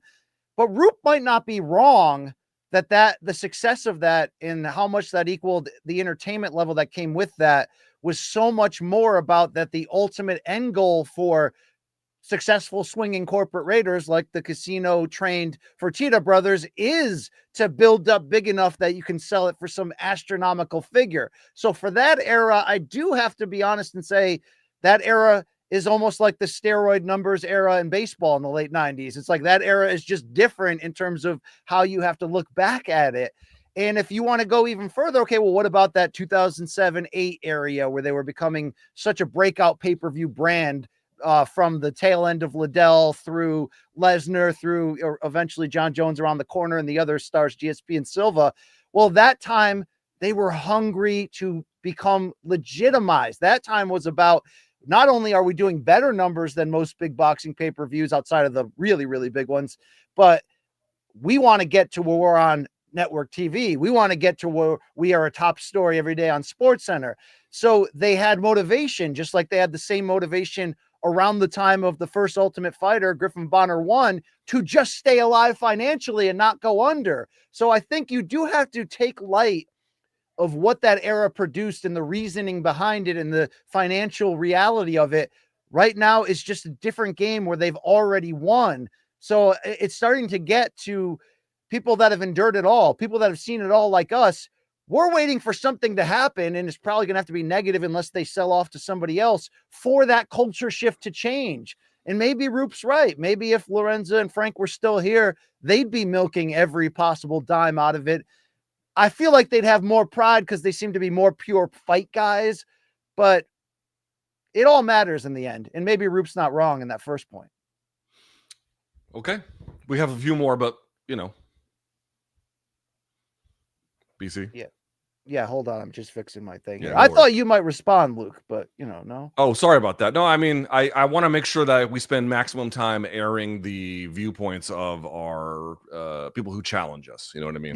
Yeah. They do challenge us. There's no question about it. Yeah. You know what? You know what, BC? You know what, BC? They have a sweating, is what they do. They do have a sweating, but luckily, there is a cure for that. There is an antidote for that. Luke, we've all had experiences with mainstream deodorants, with body odor, with the desire to stay cool and clean. But I got to tell you, Mando, they offer a different experience. From the founders of Lumi comes Mando, the whole body deodorant that's helping men conquer their odor in a new way, kicking down the doors of smelling great. Yes, I'm talking about the Mando whole deodorant body spray. I'm talking about the deodorant stick for pits, packages, and feet, if you know where I'm going here. Formulated with mandelic acid, Mando has long-lasting 72-hour odor control that actually stops before it starts. The best part is you can put Mando everywhere, as I mentioned. You want pits, you want packages, you want feet, you want skin folds, back, knees, my neck, my back. You know where I'm going with that. Top it off, Mando's cologne quality scents were created with men in mind. Luke, I'm not going to lie to you. I've been spraying this Mando spray as almost air freshener. I love the smell of it so much in my office here. I'd like to see our customers get involved with this. Yeah, no doubt about it. Let me just say, I've used for my whole life mainstream deodorants. Sometimes they work, sometimes they don't. It's just really hard to find consistency. Not with Mando, though. Mando's just been consistent. As we mentioned, you can put it everywhere from your feet to your hands to your armpits to the whole nine. They've got you covered. So here's what we're going to do. We're offering new customers a special offer to get $5 off a starter pack. All you need to do is go to shopmando.com. That's shopmando.com and use our exclusive code COMBAT. And BC, I want to say this, Mando starter pack, we got them in the mail. I got to take a look and use them before we obviously did all this. They're tremendous. It comes with a solid stick deodorant, cream tube deodorant, 2 free products of your choice. So you can pick like a mini body wash or deodorant wipes or whatever. And there we go. Free shipping, BC. And as a special offer for the listeners, as you well know, new customers, as I mentioned, get $5 off the starter pack with our exclusive code. That equates to over 40% off your starter pack. Use code COMBAT with a K at shopmando.com. Right, BC? I mean, look, we got cream, as you mentioned. We got the Mando deodorant wipes. You're pretty much setting yourself up as a man to always be smelling great. It's high quality stuff. It doesn't have that gross, mainstream feel. It's got a beautiful natural scent, and I'm loving the Mando experience. I want our fans to get on board. Let's go. shopmando.com. Please support our show and tell them we sent you with the code COMBAT with a K. Here's what I'm going to do, BC. I'm looking at some of these responses, and in the interest of time and getting the right ones, let me bump down, if you can see it here, BC, to number 12. If we can go there. This is one that kind of challenges us here pretty directly. Okay, this comes to us from Brandon Z. Brandon Z writes the following. I'm just going to jump to point number 1. Number 1, I always feel like Luke and BC kind of missed the point in these conversations. I don't even really disagree. I just think UFC is so clearly a business, and the real issue is the conflict between what BC and to some extent Luke want to cover versus what the reality of the business is. The whole point of the Aldo McGregor World Tour is to drive pay-per-view purchases, which leads to an increased revenue, which leads to an increased profit, which leads to increased valuation. TKO Group just sees a different path to max out the valuation, and that's way less fun for Luke and BC to cover. I don't feel like any of that is particularly controversial. BC, before we go to point number 2, your reaction there.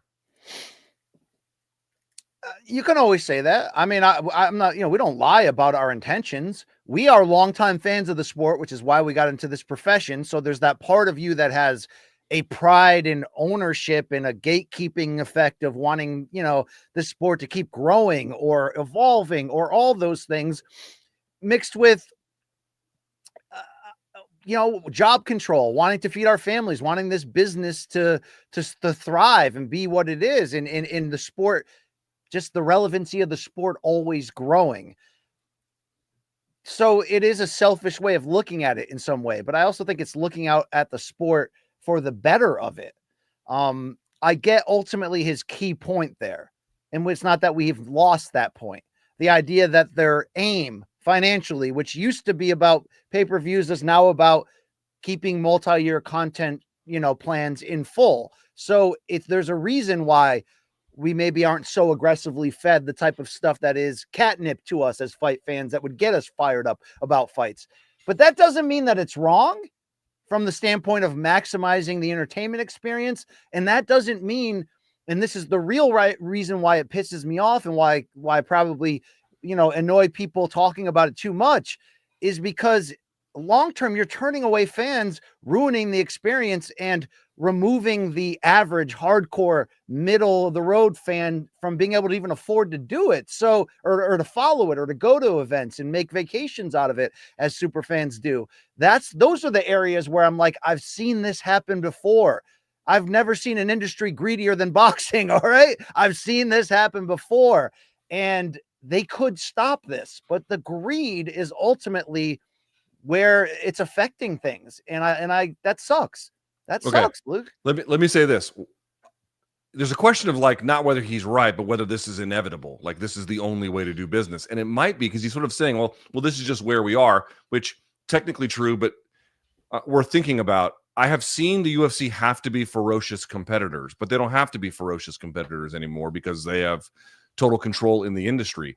I think the point we're trying to communicate to the audience is this. Like, people ask, what's the benefit of monopoly? Okay, one is that everything's under one umbrella, but the problem is they have no incentive to try harder. Whereas if there was a more robust competitive space, you would see what we used to see, which is them go, gas pedal to the floor, white knuckle with everyone. And the quality difference you get, I think, in situations like that is noteworthy. Back to point number 2. BC, he says, quote, back in my corporate finance days, we made a huge distinction between growth mindset and harvest the profits mindset. UFC used to be about growth. Now it's about harvesting the profits. If TKO followed BC's ideas, would that maybe get better top line growth? Yeah, probably. Better long-term health of the business? Almost certainly. But that's not how the TKO folks think about it. And to be clear, he says he doesn't have inside info. He's just, he's been in this business. It's about quarterly goals, profit maximization to max value of the business in the line here and now. Focus on converting the UFC fan monoculture to the new boxing entity, to power slap, to grappling, whatever.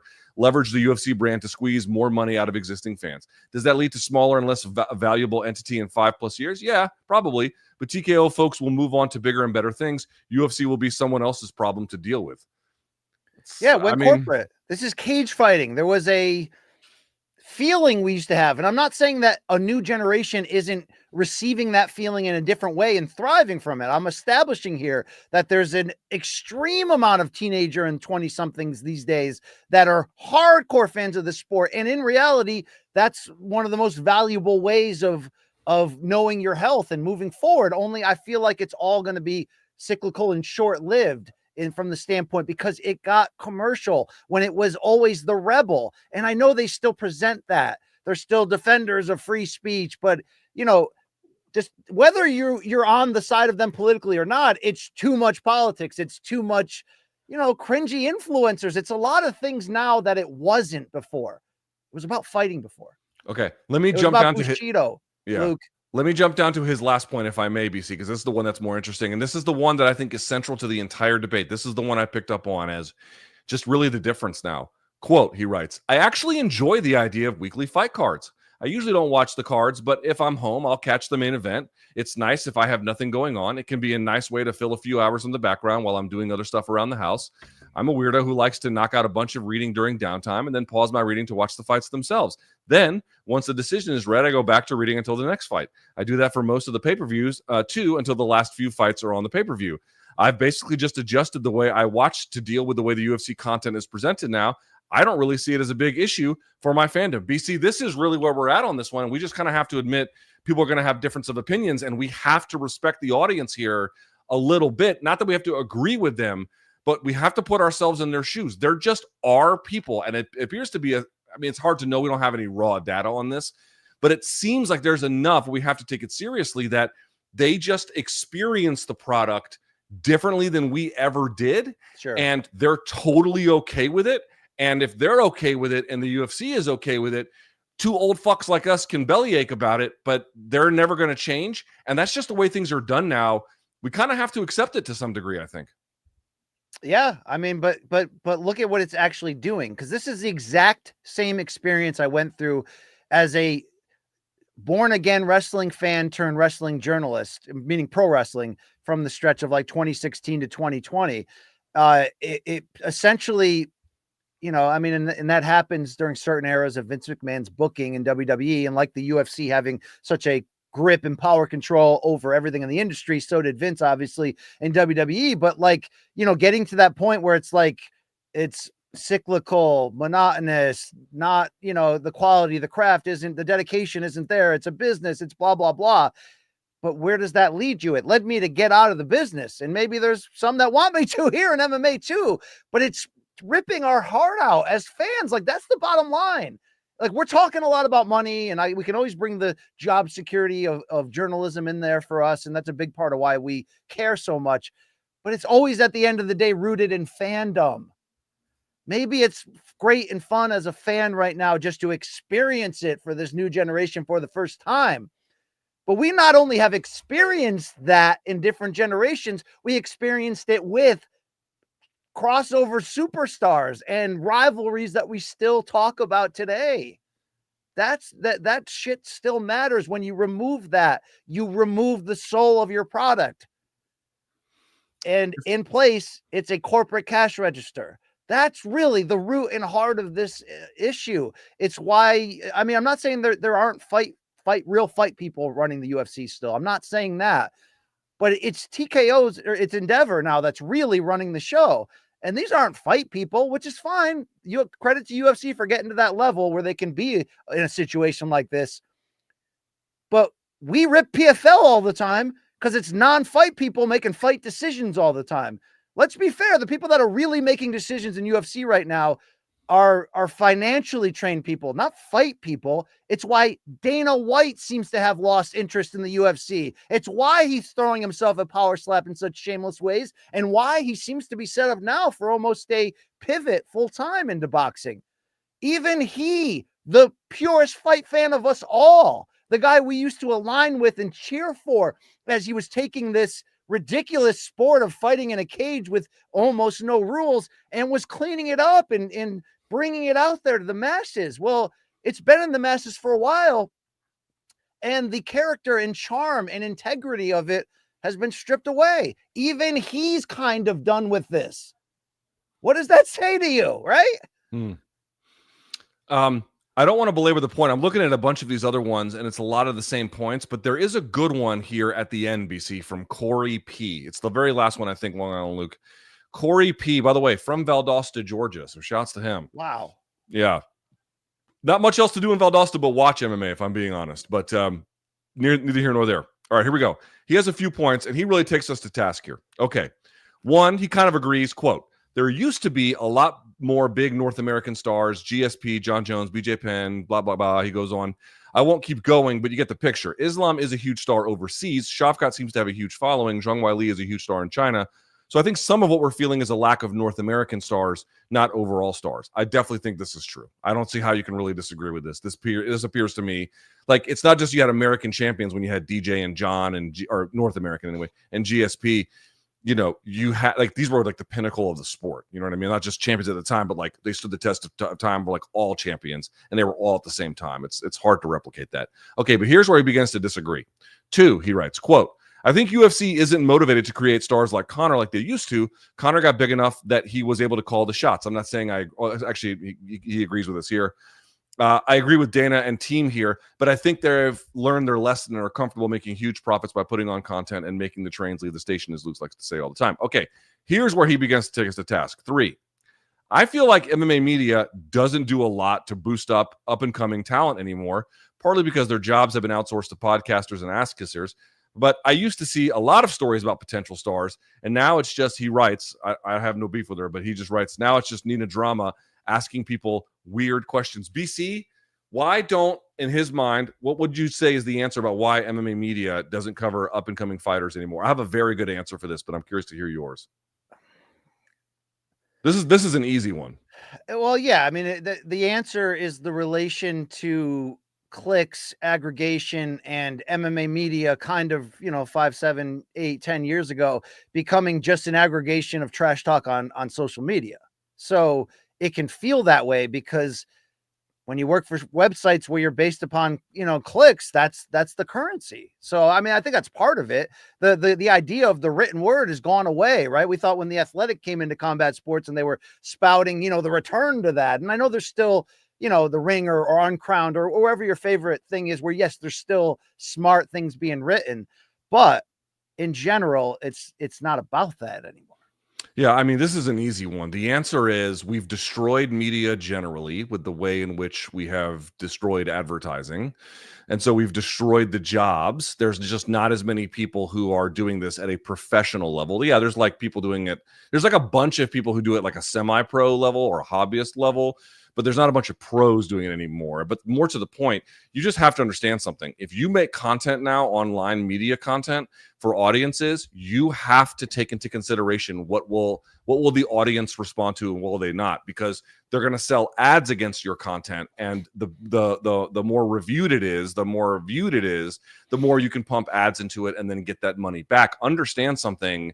That's why you can just put a post up about like what Conor McGregor is tweeting, and it will massively outperform fuck even just any other UFC fighter. Certainly a UFC prospect wouldn't even come close. Let me just be as clear as I can. You will go bankrupt covering prospects in this sport, but based on the way we now incentivize media. And I'm not happy about it, but it's just media warned everyone, if we don't put limits on what Facebook and Craigslist and what these kinds of folks are doing, it's going to decimate the business. Well, welcome to the era of decimation. There is absolutely, from a financial standpoint, and when I say that, I don't mean like getting rich, I mean paying your fucking bills. There is zero incentive to cover prospects anymore. No one's going to click on it. No one's going to care. It's a waste of your time. That's unfortunate because it doesn't mean it's not an important job. It actually is, to his point, a critical job.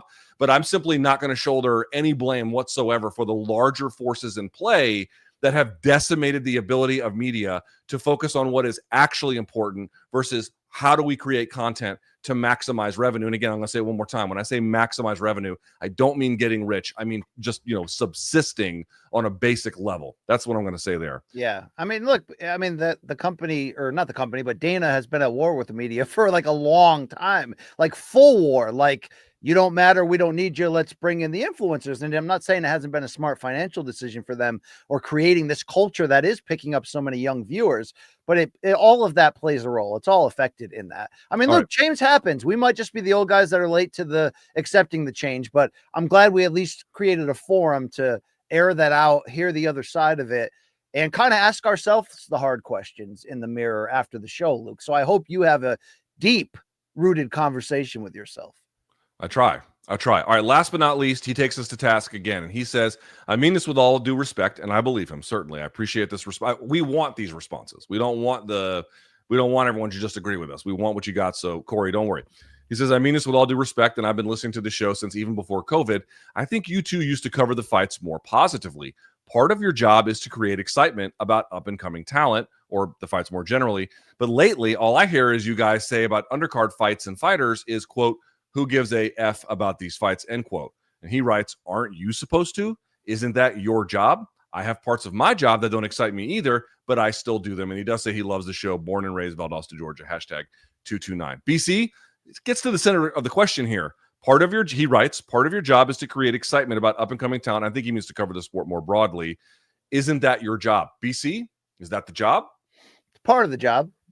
And I think maybe the better criticism is are we making all of our takes and decisions about this promotion through the lens of some of these things that have become unavoidable for us, topics of fighter pay, the over pushing of political narratives, and even the monopoly play, all of that, the TKO era, everything we're talking about. Are we swimming in the negative pool too much and always using that as the lead?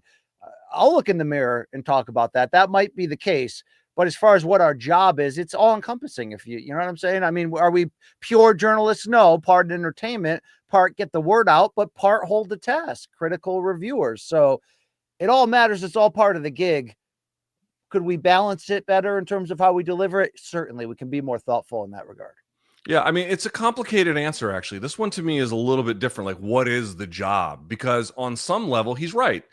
It is the job to cover the fights, whether you like them all or not. If you're going to do this, like some level of coverage about it in a way that is not like, hey, guys, it's the best fight ever, but, enthusiastically leaning in to educate the audience because, again, you're supposed to be the pro here.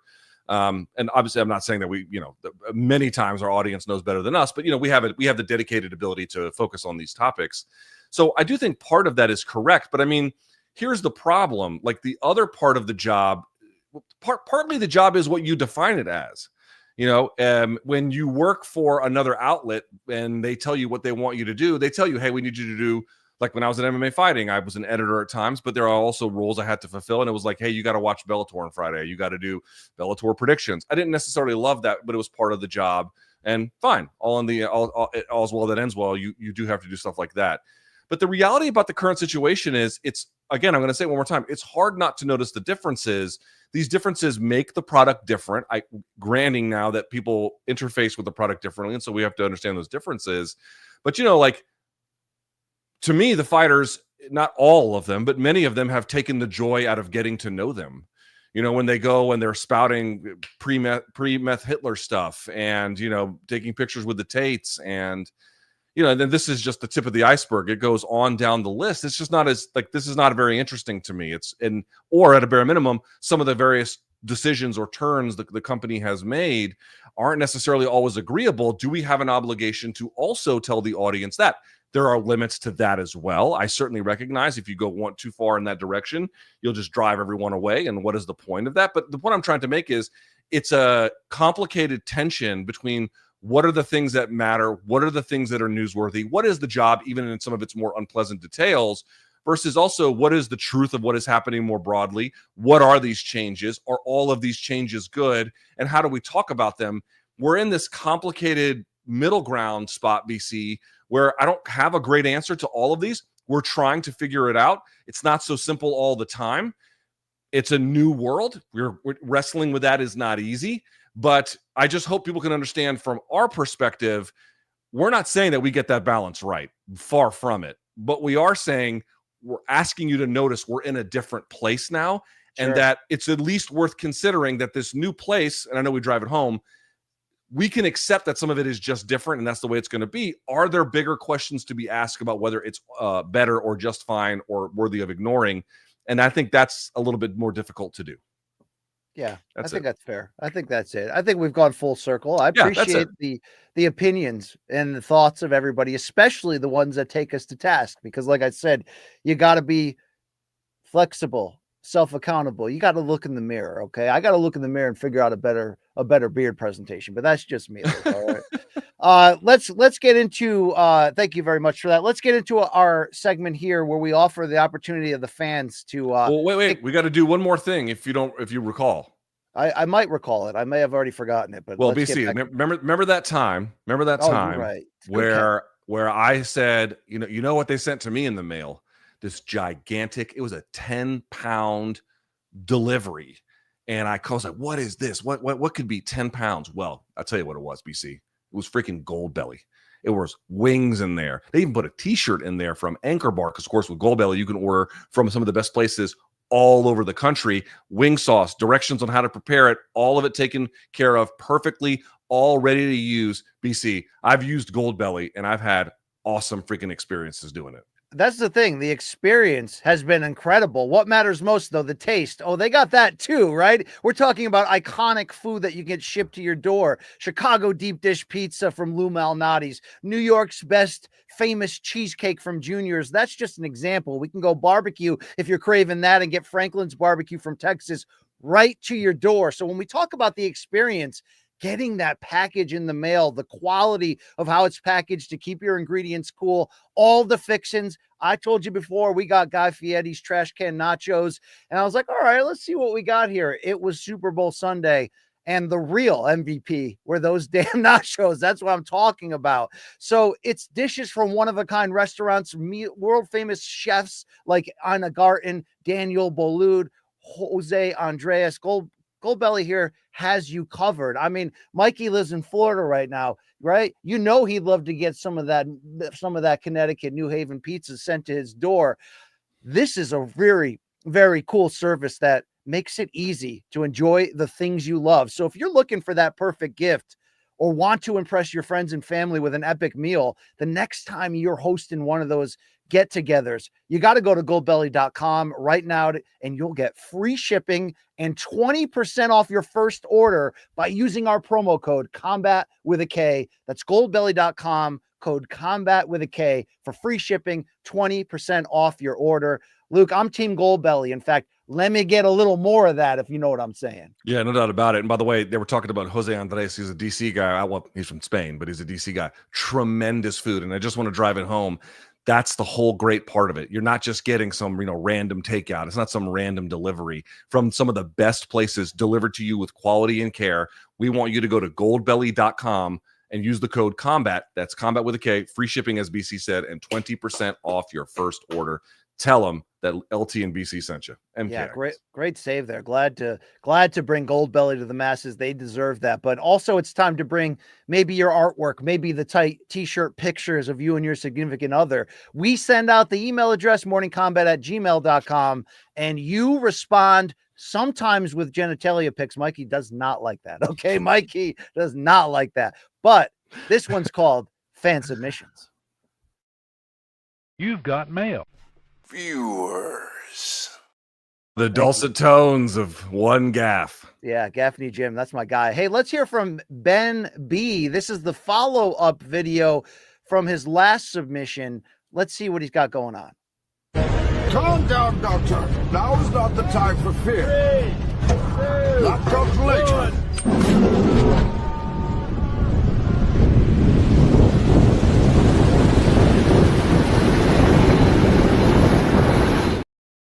Dude. Wow. Okay, I believe that video was real. That's one of our viewers that did that. I wonder, that's Ben B. I wonder if the B stands for balls, Luke. Holy crap, right? First of all, it looked beautiful, but also frightening. That is incredible. Would you do that, BC? The 420 sticker on there? I'd love to try something like that. See, I want to like skydive and stuff, but I got kids. I guess I got to wait. Would you do that for like with you'd have an expert crew help you and get you ready, and then $20,000 cash? Yeah.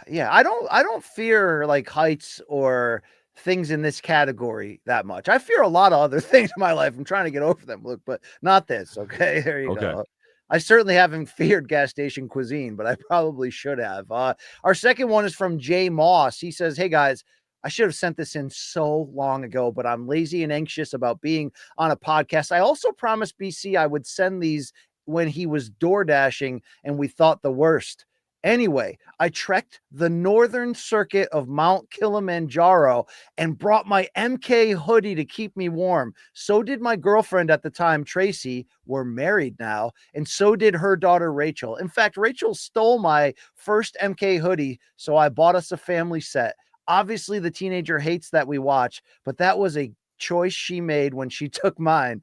There's a bonus pic. Oh, I'm sorry. Obviously, the teenager hates that we matching sweatshirts. There's a bonus pic of Tracy and I on the beach in Cape Town, South Africa. If you want to use it, with love from Kazakhstan. It's Wow. Jim. Wow.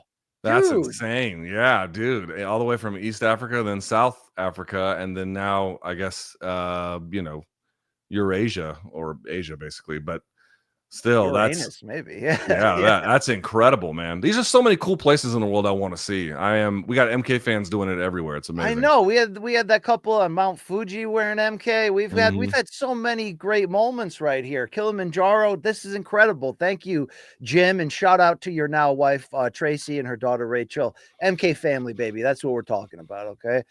We have something now from a name that you love this, Francisco, Luke, right? It just off the tongue, right? Francisco.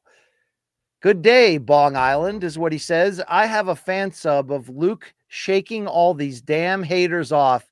Please enjoy. It's Francisco from Houston. I wish. Is that Prime Arnold right there? Yeah. That's Prime Arnold, bro.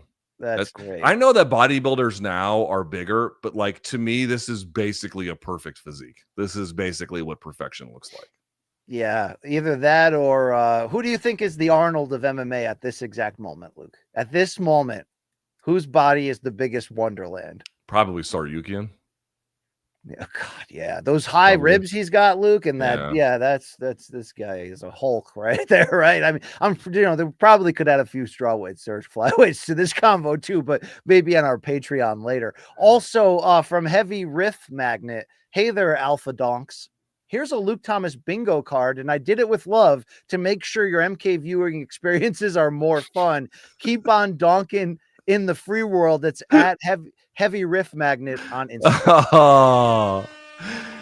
Like I said, BC, I accused you earlier of the audience knowing you. I would be remiss if I didn't point out they also know me. Yeah. Wow. So we got a lot of shitting stories on there. We've got Monopoly. Let me finish.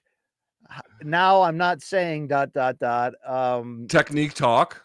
Yep. Tukey. You got Tukey at the bottom there. Cannibal Corpse. What's the other logo there? Dying Fetus. Dying Fetus. All right. A lot of shitting stories. Yeah, that is incredible. Look, if you look at the entire left column, it's an entire shitting story column. Wow. Shout out to Heavy Riff Magnet on the IG. Finally, Josh K has a trio of pictures for us. This will be the first time we're seeing these. I painted this for you, Luke. Luke responds, "You're a bad faith actor in the world of the arts." I mean,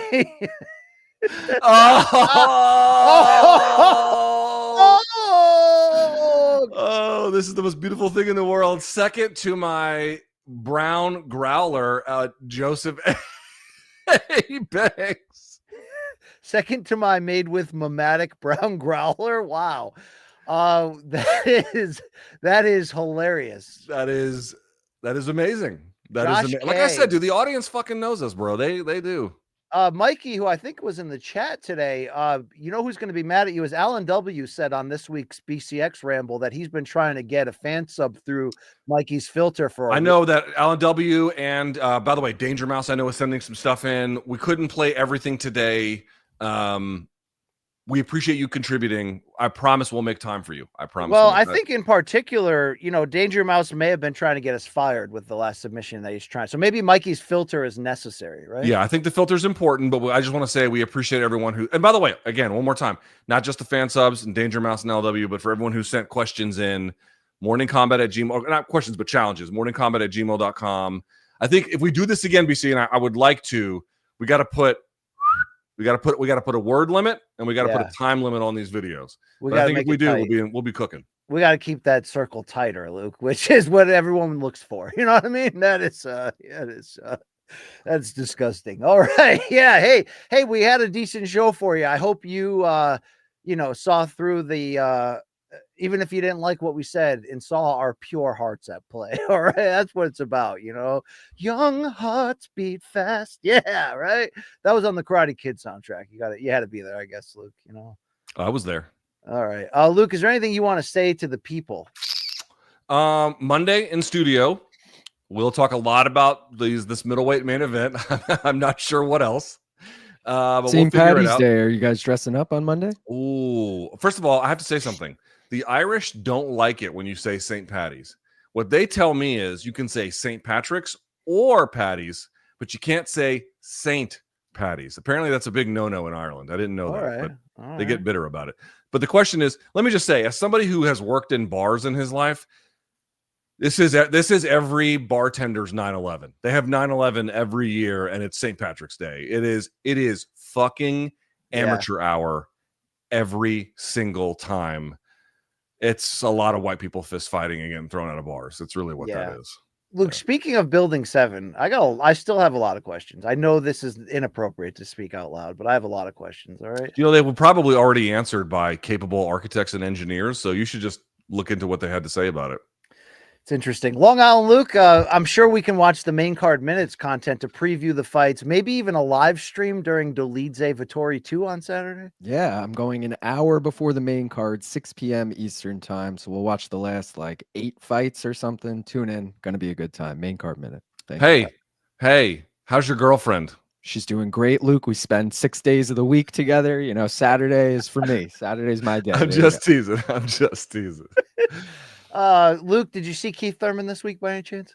Dude, one time gave old Brock Jarvis the 2-time bop, hit him with it, didn't he? He looked pretty good, I gotta say. Yeah, it was pretty vicious. I mean, he was like a little sloppy timing off early, but he was aggressive, and he you know what? His hand speed was back. So 3 years off. His foot speed was pretty good too. He's always had pretty good foot speed, but first round was whatever. Second round, he was tuning up Brock Jarvis and then putting him away in the third.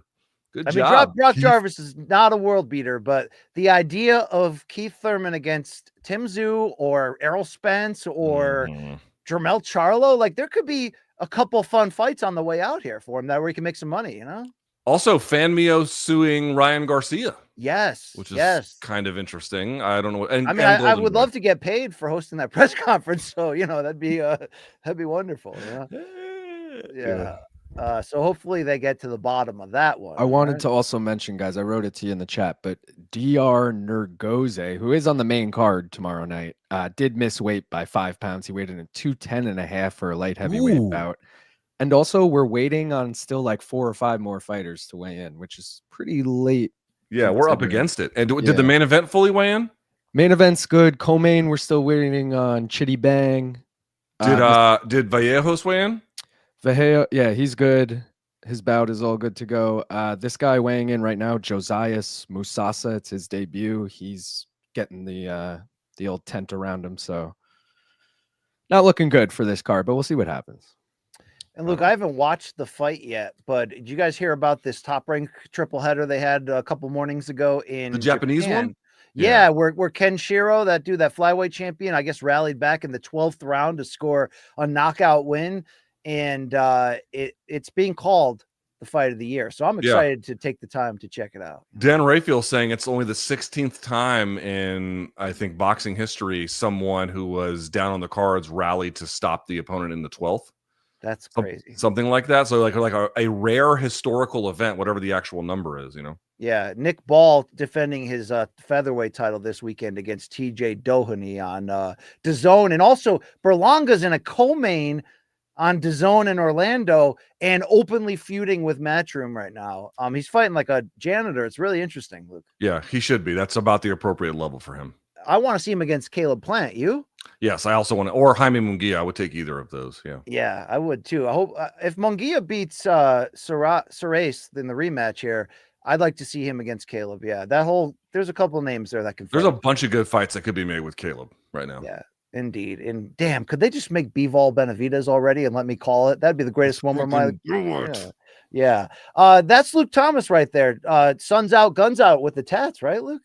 It's just a short sleeve shirt. Is it a cherry blossom season yet in DC? Ooh, close. They're predicting March 26th was the last one that I saw. I'm going to go check it out. That's when there's a lot of people down there. And my recommendation is for anyone coming to see them, don't drive, take the Metro. There you go. Thank you very much. Luke Thomas always repping DC, always protecting it, right? Like CM Punk reps Chicago or Larry Holmes reps Easton, Pennsylvania. That's Luke in DC. Those were our socials. You can follow us. Thank you for watching. Take care of yourselves too, okay? For Long Island Luke, regular Luke, and your boy BC, we love you. Thank you for watching. Enjoy the fights this weekend for whatever reason you're watching them for. Enjoy the shit out of them because we are out of here.